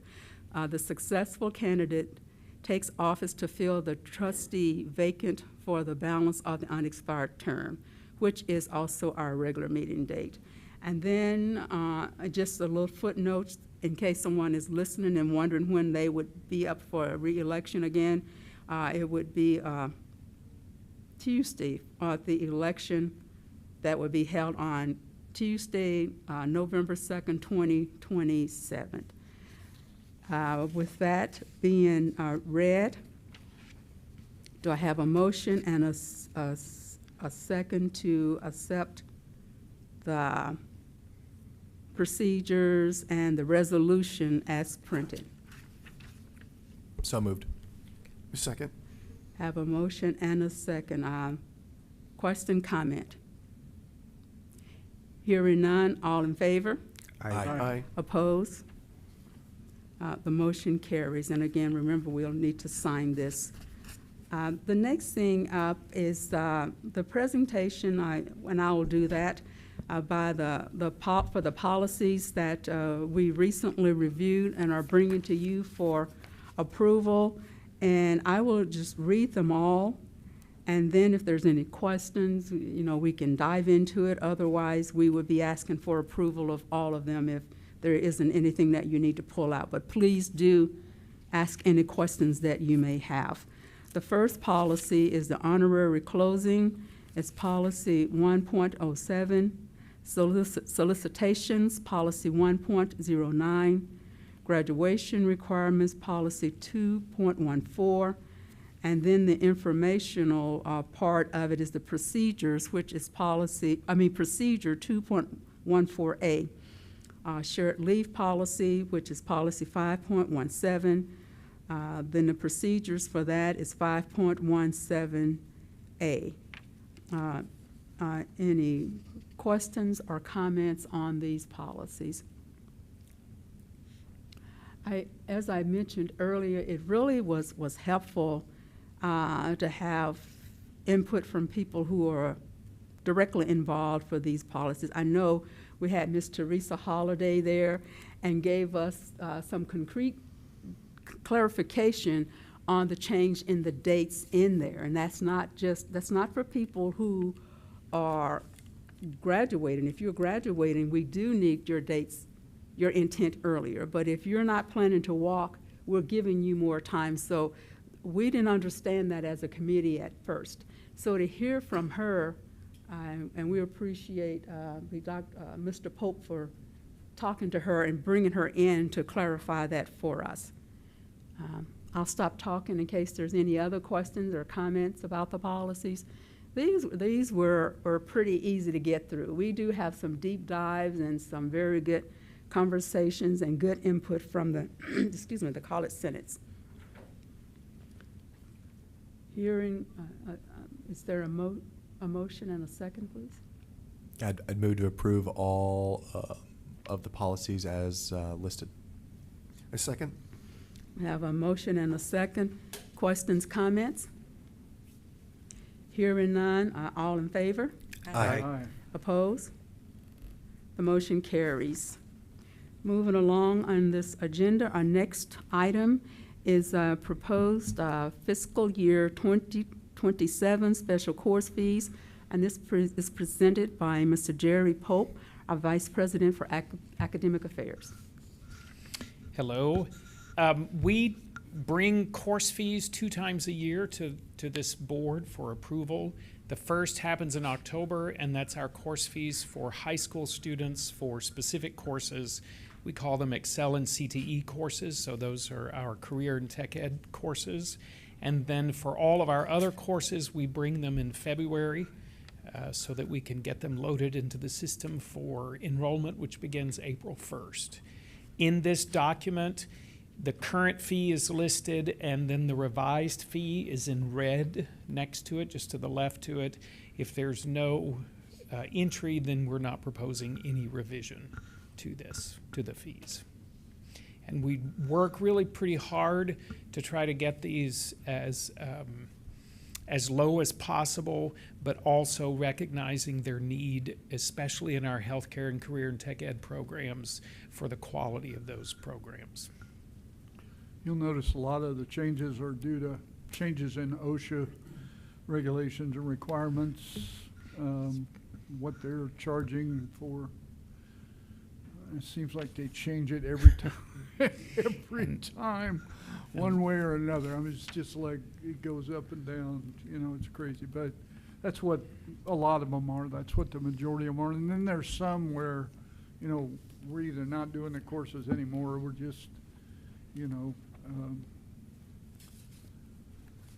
the fee was dropped. So that's about it, Joe.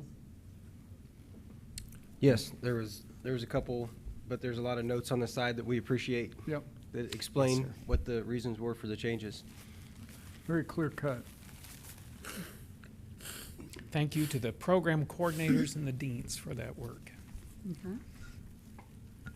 My only question I had was in the nursing and practical nurse section. I was just curious, and I apologize, Mr. Pope, you may not be the appropriate person for the question, but Sure. really, I'm just curious about how I see a lot of the cost distribution is going to be related to the addition of the VR. You know, I'd love to just, I know we had some information on it before, but I'd love to kind of see how that's been progressing. I believe this was the last semester. Was that the first semester that was implemented?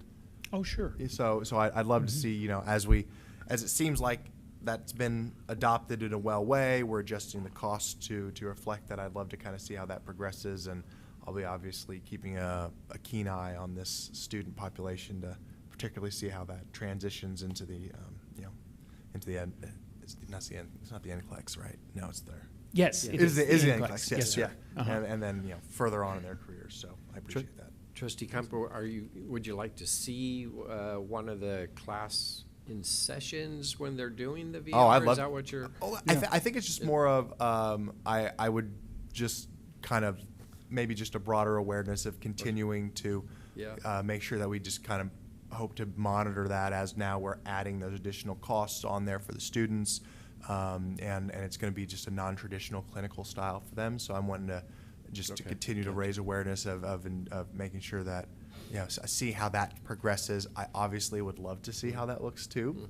Personally, I think it's very exciting, and see how that can be Sims are modeled amazing. potentially for other classes. Yeah, and if I may, I'll just segue onto that. If the board, individual trustees are interested in seeing some of the technology that we're using, because we are really focused on having the high-tech training and instructional materials, whether it's the VR that we're talking about, the nursing simulations, the AET, robots, cobots, or something like that. Please reach out to me, Chair Hoskins-Sutton, and we can kind of coordinate sometimes, because it's really great to see. It's amazing work, what the technology can do nowadays is pretty amazing. So just let us know. We'd be happy to accommodate that. Okay, that sounds great. All right. Any other questions or comments? Okay. May I have a motion, please? So moved. Second. I have a motion and a second. Question, comments? Hearing none, all in favor? Aye. Aye. Opposed? The motion carries. Thank you so much for all the work that's done to get that out.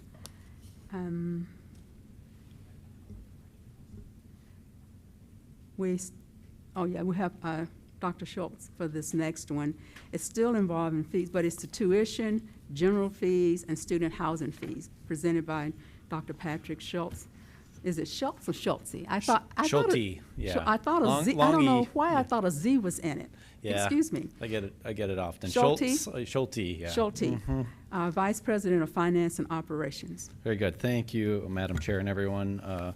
Again, I'll work through a tuition and fees presentation that was presented at the Finance Committee, had engaged conversation. I just wanted to talk a little bit about the progress and process of us working through this and developing it on campus this year with the leadership and President Mosier's assistance as well.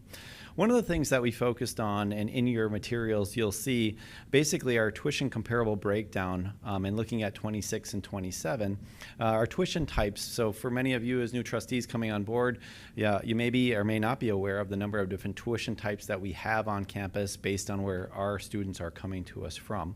So Wyandotte County, in-district, and online. I do want to highlight and note that notes in district and online. So if someone resides in Wyandotte County and takes an online course, they're paying the Wyandotte County online fee, which is the same as in district.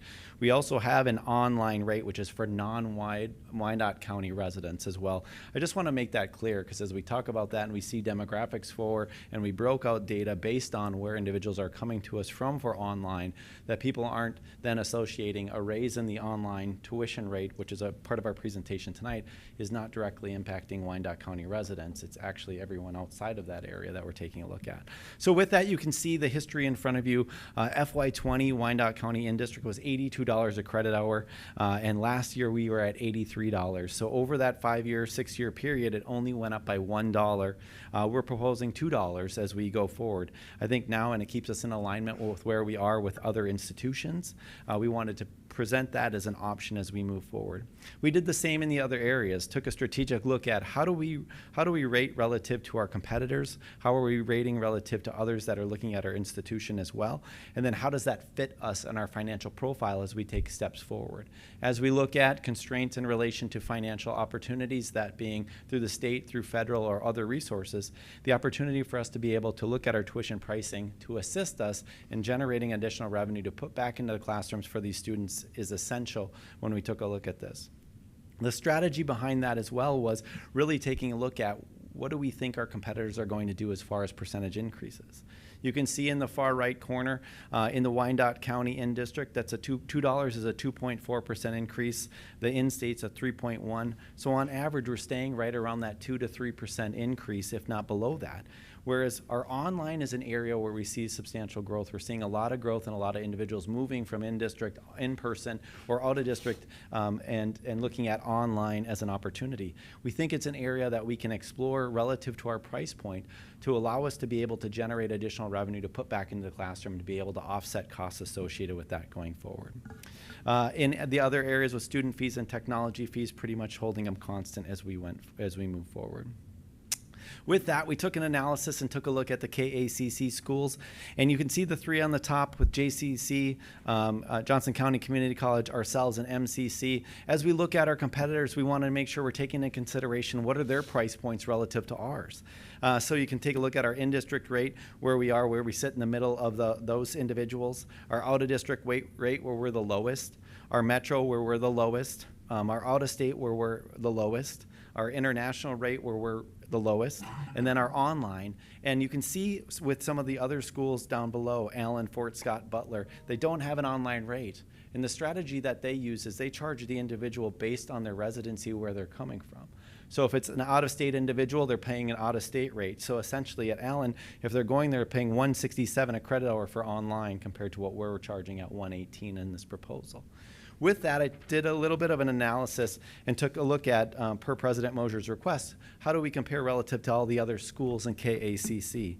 And to give you some idea of what we were looking at, when I did the calculation on the online rate on average for all of these institutions that we compete with students for in relation to online, the average price point per credit hour is $140.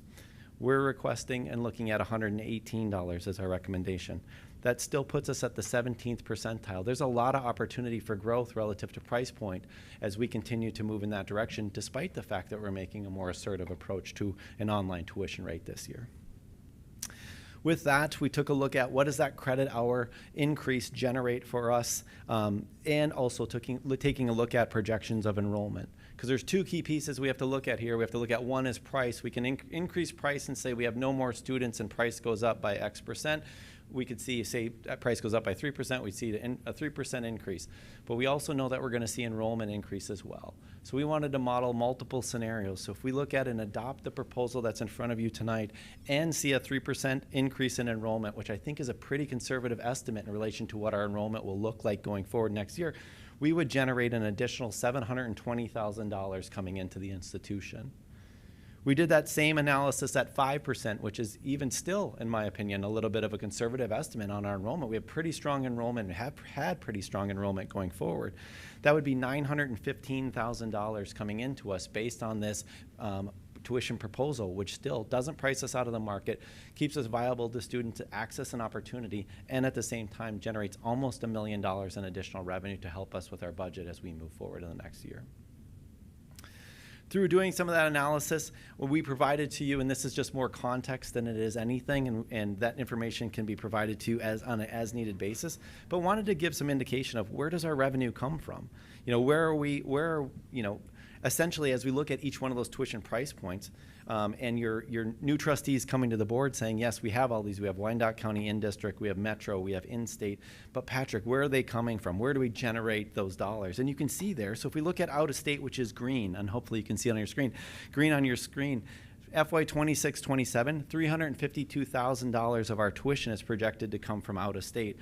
Whereas if we look at Wyandotte in-district, it's $1.745 million. Right? Or if we look at our online projected for our non-WICO, it's $2.3 million. So again, gives you some context as we look at in relation to some of those.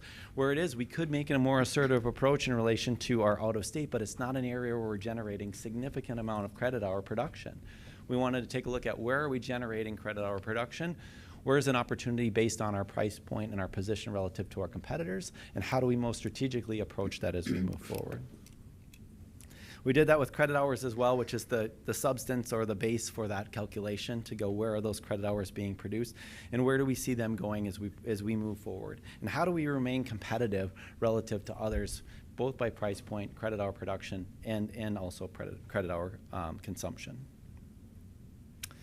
With that, we broke out, and I know this is a lot of data for you all tonight, but as you look at it in your books or have the information or have questions, we certainly can answer them in the future as well. But breaking out that pie chart in a way to get an idea of, with our tuition and fees and our credit hours in FY 24-25 and 25-26, where are they going? Who's consuming them? And then what percentage is that?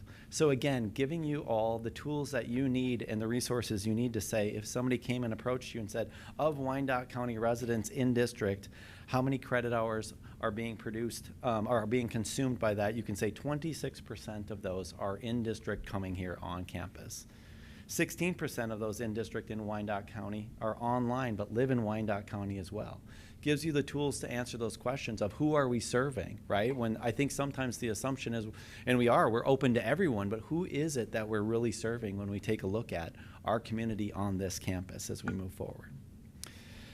We did the same thing, excuse me, as we project it forward, taking a look at for our 25 and 26 revenue. You can see again, as those adjustments take place, we move into in-district at 18% and our online in-district at 11%, as we can see where are some of those areas of growth. And we see that in that online blue in the lower left-hand corner. The online rate non-WICO is an area where we have the most opportunity to be able to utilize that, and we want to make sure we're charging an appropriate rate to pay for the resources that they have here.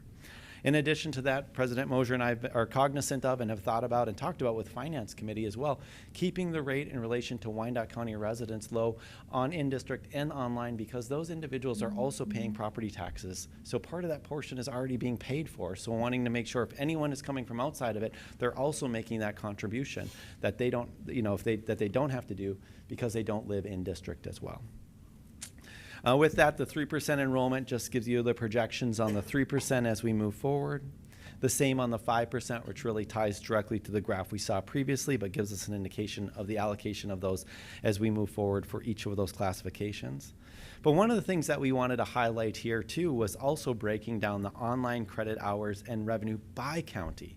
Because one of the things is you can say, well, Patrick, that's great. You tell me we have Wyandotte County in-district online credit hour production, but what about some of the other counties that we have? We serve a number of different counties as well, and this graph will tell you. So if we look at 26-27, our projection for Johnson County individuals taking online credits is going to be about $449,000 or $450,000 or 12%, as compared to 39% coming from Wyandotte County. We also look at Leavenworth County.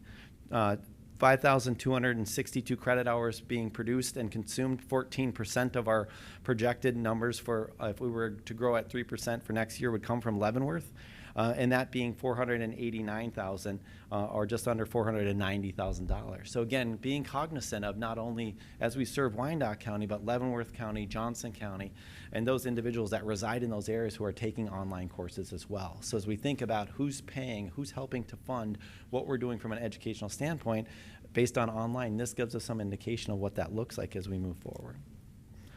The same is true for 5%. It's just factored up in relation to what we see as 5% enrollment growth going forward.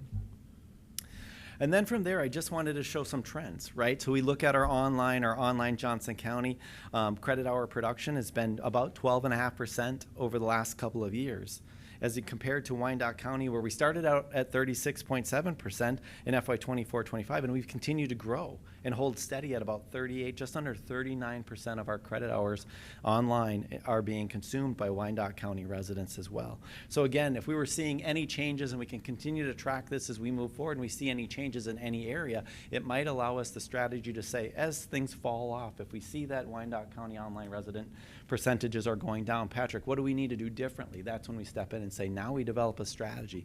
But it looks like the strategy that's in place has been helping us to grow that in relation to the consumption by Wyandotte County residents.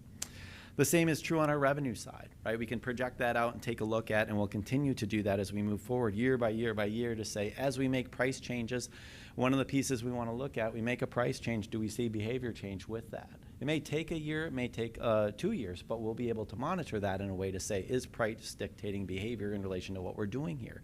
Because that'll allow us to be able to inform you on decision making as we move forward. How do we project that forward? How do we trend? How do we stay competitive and at the same time help finance this amazing opportunity for this education that we provide?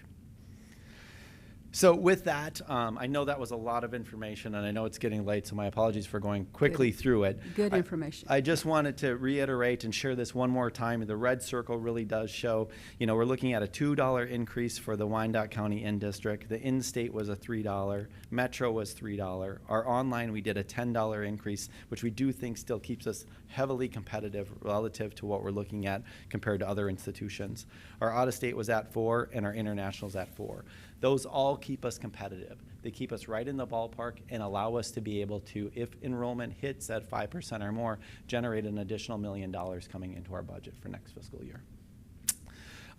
With that, there's a couple of key pieces that I included in here as well, taking a look at our revenue as we move forward and where they come from for you all to reference. And then also taking a look at our tuition and fee revenue as well. So again, I did it previously on percentages. This gives it to you in aggregate. So again, giving you the tools to help talk to individuals as we have conversation through the next budget cycle for community members and others to understand where are our dollars coming from, right? I think sometimes there's some assumptions that it comes from one pocket or another pocket. We have multiples, and we want to make sure that you have the tools in your hand to be able to express that to them as we move forward. So with that, I don't know if we do this all in one motion or not, but I'm going to keep going and we can come back because we have housing too. Do we do housing and tuition in one full motion? Yes, well, it's on here as one motion. How does the board want to move forward? Do you want to hear it all? And There's two pieces, and I Okay. should probably explain. Two pieces. We have our tuition and fees, which is here, and then we also have student housing. So for our resident hall, there's a separate pricing that we have for that, which I can go through and present. And if you want to approve it all in one fell swoop, you can, or you could do it as two separate if you wanted to. I'm thinking one, but the pleasure of the board. Just one? I was going to Okay. say one, yeah. Okay. Okay, very good. I'll keep Thank moving. you. Yeah, no worries. So then we also had a conversation, engaging conversation about our student housing on campus or Centennial Hall. So one of the things that the college has done over the last couple of years since building Centennial Hall is really placing an emphasis and a focus on affordability for the housing for our students on campus. As you heard previously, Dr. Stroman note 95% occupancy rate for spring, and in the fall I think it was probably at 99 or almost 100% occupancy. We've been almost at 100% every single term. Spring falls off because some people, they either, get done with classes, take online classes, and leave for spring, but fall is heavily influenced, and we always are looking at 98 to 100% occupancy. So there's demand for those spaces, but at the same time, with that demand, we want to make sure we maintain it's affordable for our students to live here on campus. And so with that, we took a look at what the standard pricing is, and what we are recommending is a $300 increase across the board for each of those spaces. For us, to note to the students and others, that's less than or could be $1 a day based on a 10-month contract. Some months have more than 30 days and some have less, but it's around $1 a day in relation to that. That keeps us competitive relative to what other institutions are charging, and at the same time, for an exceptional living experience in a very nice dormitory, putting in a standard 4-bedroom apartment at $6,400 is an affordable option for our students as they move forward. We will continue to, and as we project this out, we'll continue to see probably 100% occupancy in those spaces. And really what we do with that is we take a look at what is the revenue associated with that generation if we increase to that price. What are our fees? What is our housing revenue? And really at the end of the day, the focus for us is making sure we're consuming and paying down the debt service, the salaries associated with that space as an auxiliary, and netting it down essentially to zero. And so while we continue to take a look at that strategy of paying down that debt as we move forward. Right now, the strategy behind it is pricing it in a way to allow full consumption by the students to be able to pay that debt service as we move forward, right? So we're not losing money on it. We're not making money hand over fist, but we're pricing in a place where the students are essentially paying for the space as we move forward. With that concludes my report, and if there are any questions, I certainly happy to answer them. Well, thank you. You had a long wind to give us all of that, but that was very informative, very, very informative. Thank you so much. Yeah. I'll be quiet and let someone else talk. Yeah, outstanding information, the way it was put together and presented. It's very meaningful. In terms of student housing, so if I'm understanding you correctly, what you're saying, it's self-sustaining? It is. Absolutely. Yep. What was that? Yep, it is. It's self-sustaining. Yep, that's the strategy now. It's priced in a way where essentially based on that occupancy rate, it's basically covering itself completely.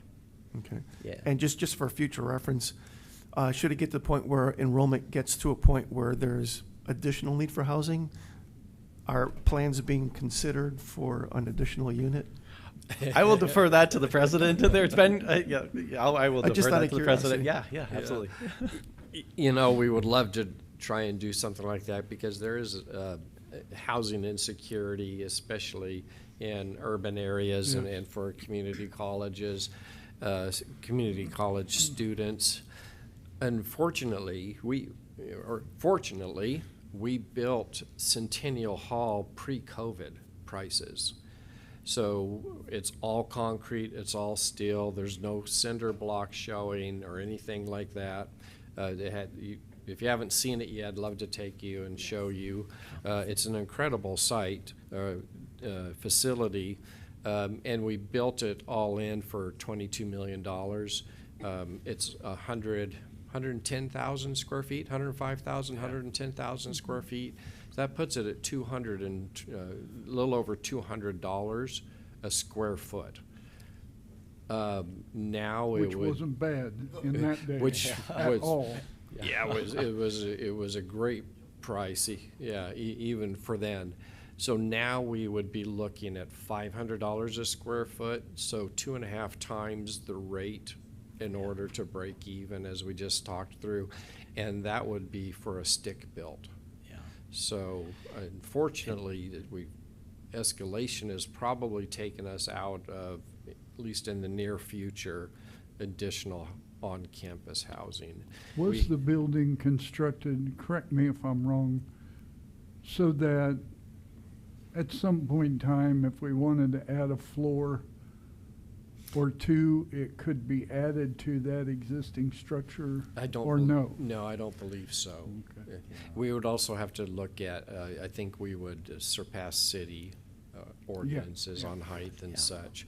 But we have worked collaboratively with other developers who are looking to build multi-rate housing developments in the area. So right across the corner from State Avenue and College Boulevard, the main road, right by Orange EV, there's a unit going in that has, several hundred apartment complexes. And they're looking at pricing rate for students that it would be a little more than what they're paying here, but it would give them some very close quality housing adjacent to campus.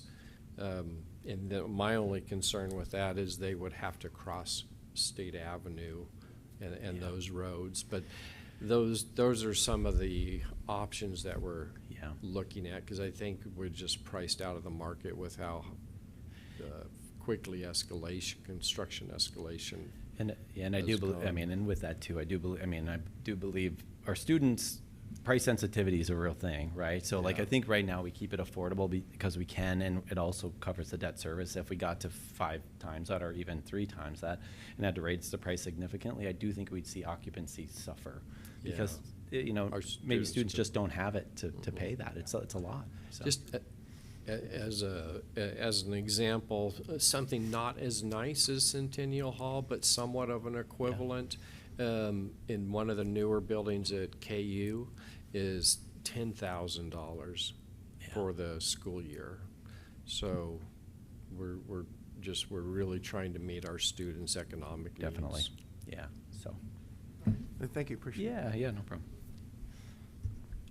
Well, we thought, Joe and I reviewed this in committee. We thought these proposed tuition and fee numbers were fair, equitable. They don't price us out of the market, but we're asking the students to pay a little more of the freight, if you will.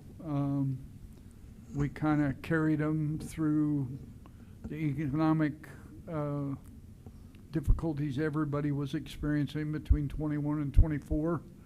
And as we come out of that, we think it's reasonable now to not to raise the tuition and the fees, but to not price ourselves out of it. So when we look at Dr. Stroman's enrollment report, we're encouraged. We're very encouraged about the amount of additional revenue that these increases could bring our way. And if we continue that enrollment trend, it's pretty exciting.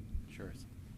Yeah, I think this is a very diligent approach, and I appreciate Trustee KR and Trustee Ash too for reviewing that in finance. I think I think one of the most important things as we look at the economics of the community too, what this can do is help shoulder the burden from Wyandotte County, and hopefully allow us to build onto the services with that net revenue as well. Definitely. I mean, while maintaining the school and keeping prudent the community, but also growing the services and still staying, from my understanding, still below the market, and I think that's very appropriate. And with that, if there's any questions, Madam Chair, if you're open to a motion, I'm happy to give one. Please. I'll motion to approve both the housing adjustment as well as the tuition adjustments as presented. Second. We have a motion and a second. Any questions, comments? Thank you very much. That's welcome. probably the most informative, so we appreciate you all getting more and more informative. Hearing none, all in favor? Aye. Aye. Opposed? Motion carries. Thank you all. Thank you. Next on our agenda, I invite President Mosier to give us the alcohol resolution.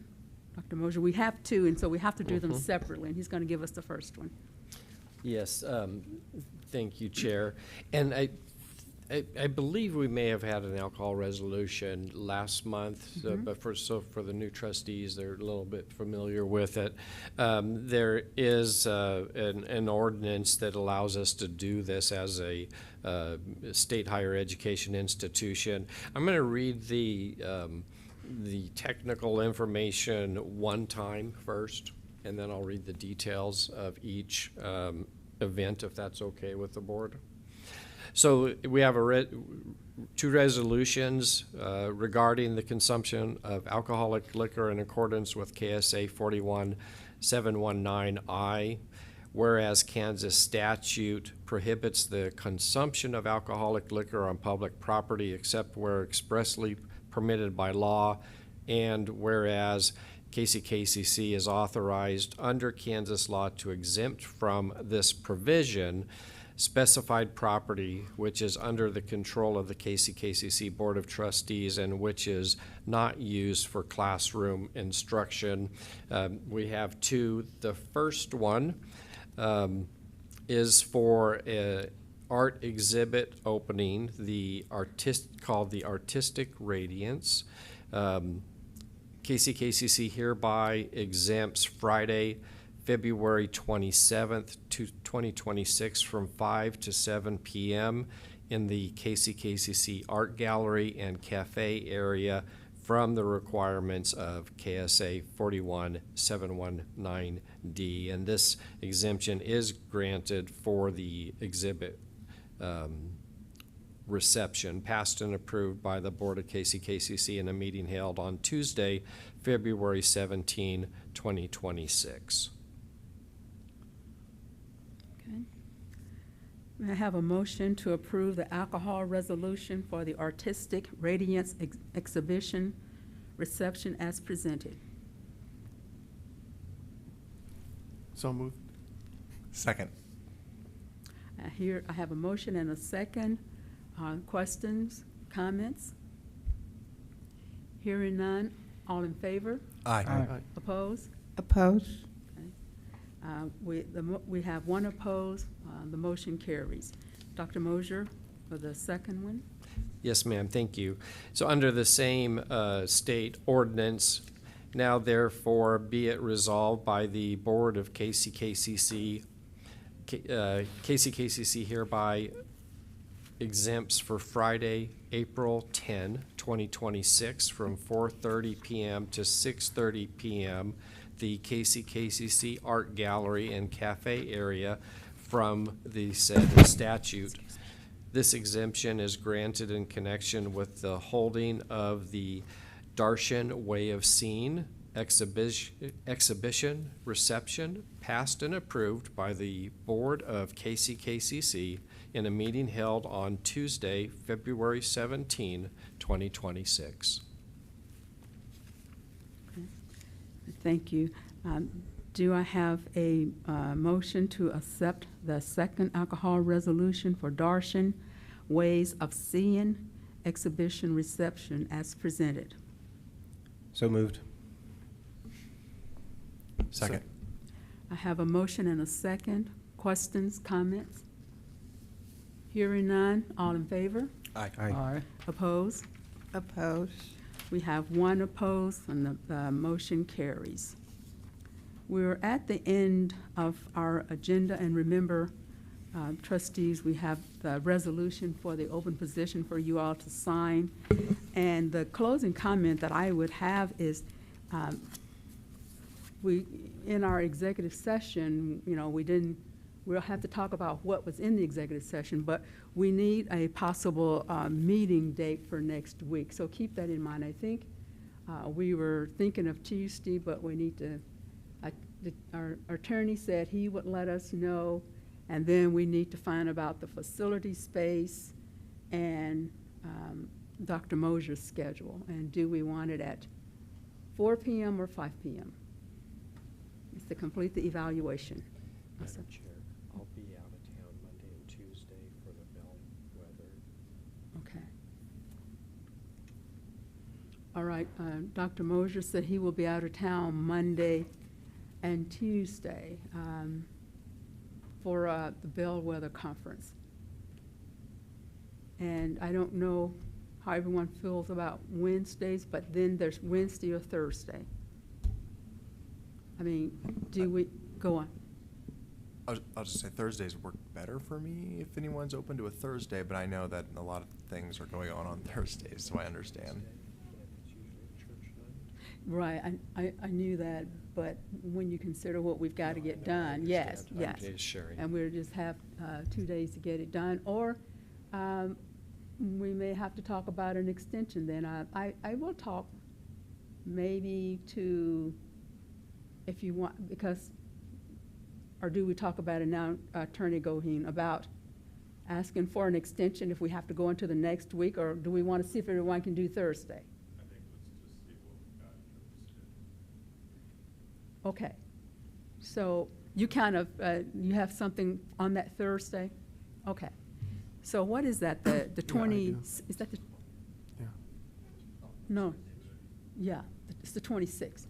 I believe Trustee Sanchez does have something on that Thursday. Yeah, I mean, for me, for the next several weeks, Monday and Tuesday is best, and I'm out with work Okay. for the other days of the week. Okay, then if you had to be on virtual, could you do virtual on a Thursday, possibly? Probably not in the Okay. evening. Okay, well, we'll just have to play it by ear, and we may have to ask for an extension. And, you know, because we may have to go past the 28th deadline date for notifying the president what our intentions are. Okay, just want to make sure we are clear on that. That's something that's not an executive session, so that's why we're talking about it right here. Okay, so we'll stay in tune to that. I call for a motion to adjourn the meeting. What time is it? So moved. Second. We have a motion and a second to adjourn the meeting. Any additional questions or comments? Hearing none, this meeting is adjourned at 8:09 p.m. Oh, yes, you're right. All in favor? Aye. Aye. Opposed? Thank you, Vice Chair. The motion carries. This meeting adjourns at 8:09 p.m.